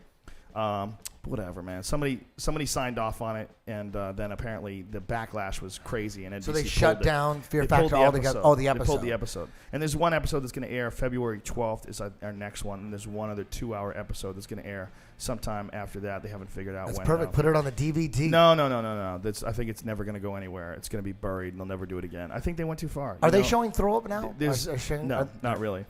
But the stunts are so much bigger now. This show is so much bigger and crazier that they tried to push everything. I just think they went too far. I think it was nutty. But I definitely don't think they went too far. I know exactly. Well, everybody has their own awesome. standards. I just don't think that it's fair to ask people to do that. It sounds ridiculous coming from me. Well, they don't have to do it. I know they don't have to, but I mean to ask them to do it. I think it would have been cool if everybody said "Go fuck yourself," and then we had to like scrap the stunt. Right. It would have been funny. Have you had that happen yet? No, but that would have been a good time. But I think it was way easier for girls to do than guys. Obviously. But I mean, for real, girls were even joking around about it. It was way easier for them. Spitting it on their chest and rubbing it in. Oh no, Brian, that's your world. You live in a dark world. So look, I'm sure if we had to go back in time, they wouldn't do it again. And the only way you find the limits of these things is you push them. I think it was a mistake. So it's over, and it'll probably never see the light of day. Or 5 years from now, it'll air, because there's no way they would have considered doing it 5 years ago when Fear Factor went through its first run. I mean, in season 1, it was so tame and calm and easy and small compared to what it's like now. Now it's just ridiculous. The stunts are huge and crazy and explosions and nuts. Who knows if they'll ever show that again? I'd rather they not. I think people shouldn't have to do that. I think it's too much. They fucked up, but whatever. We learn. Kill the show, kill the episode, and we'll march on, because we got some good episodes coming up. It's a way better show than it ever was before. I hope this doesn't fuck it up for everything else. But I think everybody realizes that it was a mistake, including NBC. And, they wanted to push things. And it just, you don't find out how bad things are until you get people's reactions. And that's the reaction. Whoopsies. We're sorry. Sorry. So that's it. So I've commented on that. So go to, Pasadena. That's the other thing. Pasadena. Thursday night. Right here, 10 p.m.? Thursday night it's at 8:30. 8:30. And Fridays at 10. Go to icehousecomedy.com. Thursday, 8:30 p.m. Me, Joe Diaz, Little Esther, Brian Redband, and who knows who else. And we also have the Ice House Chronicles podcast, which is only available on Death Squad on iTunes. Subscribe to Death Squad. It is free, as of all our podcasts are. And you can there's a gang of podcasts there. There's Sam Tripoli's Naughty Show. There's Tom Segura and Christina Pazitsky's Your Mom's House. There's Brian Cowan's new one. But check out the Too Short Naughty Show. I might put it up later tonight. It's amazing. Okay, and also, what was the other one that you got? Oh, Ice House Chronicles. Yeah. And the Ice House Chronicles, of course, all of them free. So thank you to the Fleshlight for allowing us to keep all this shit for free.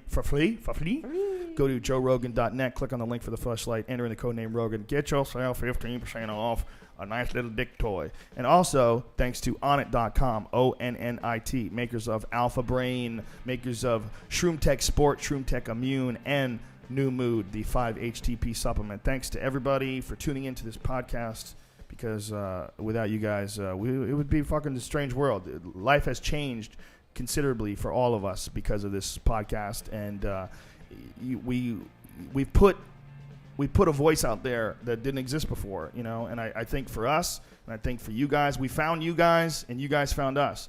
And who would have known, right? Who would have known that there would have been a podcast, like there would have been an audience for a podcast like this? We most of the time thought they were just a a bunch of assholes sitting around talking about stupid shit while we're high. Little did we know that the world is filled with assholes that wanted to hear that kind of shit. So it's awesome for us as much as it's awesome for you. We love you all, and thanks for tuning in. And we'll see you probably tomorrow. I got an idea for tomorrow, and then Thursday too. Bye.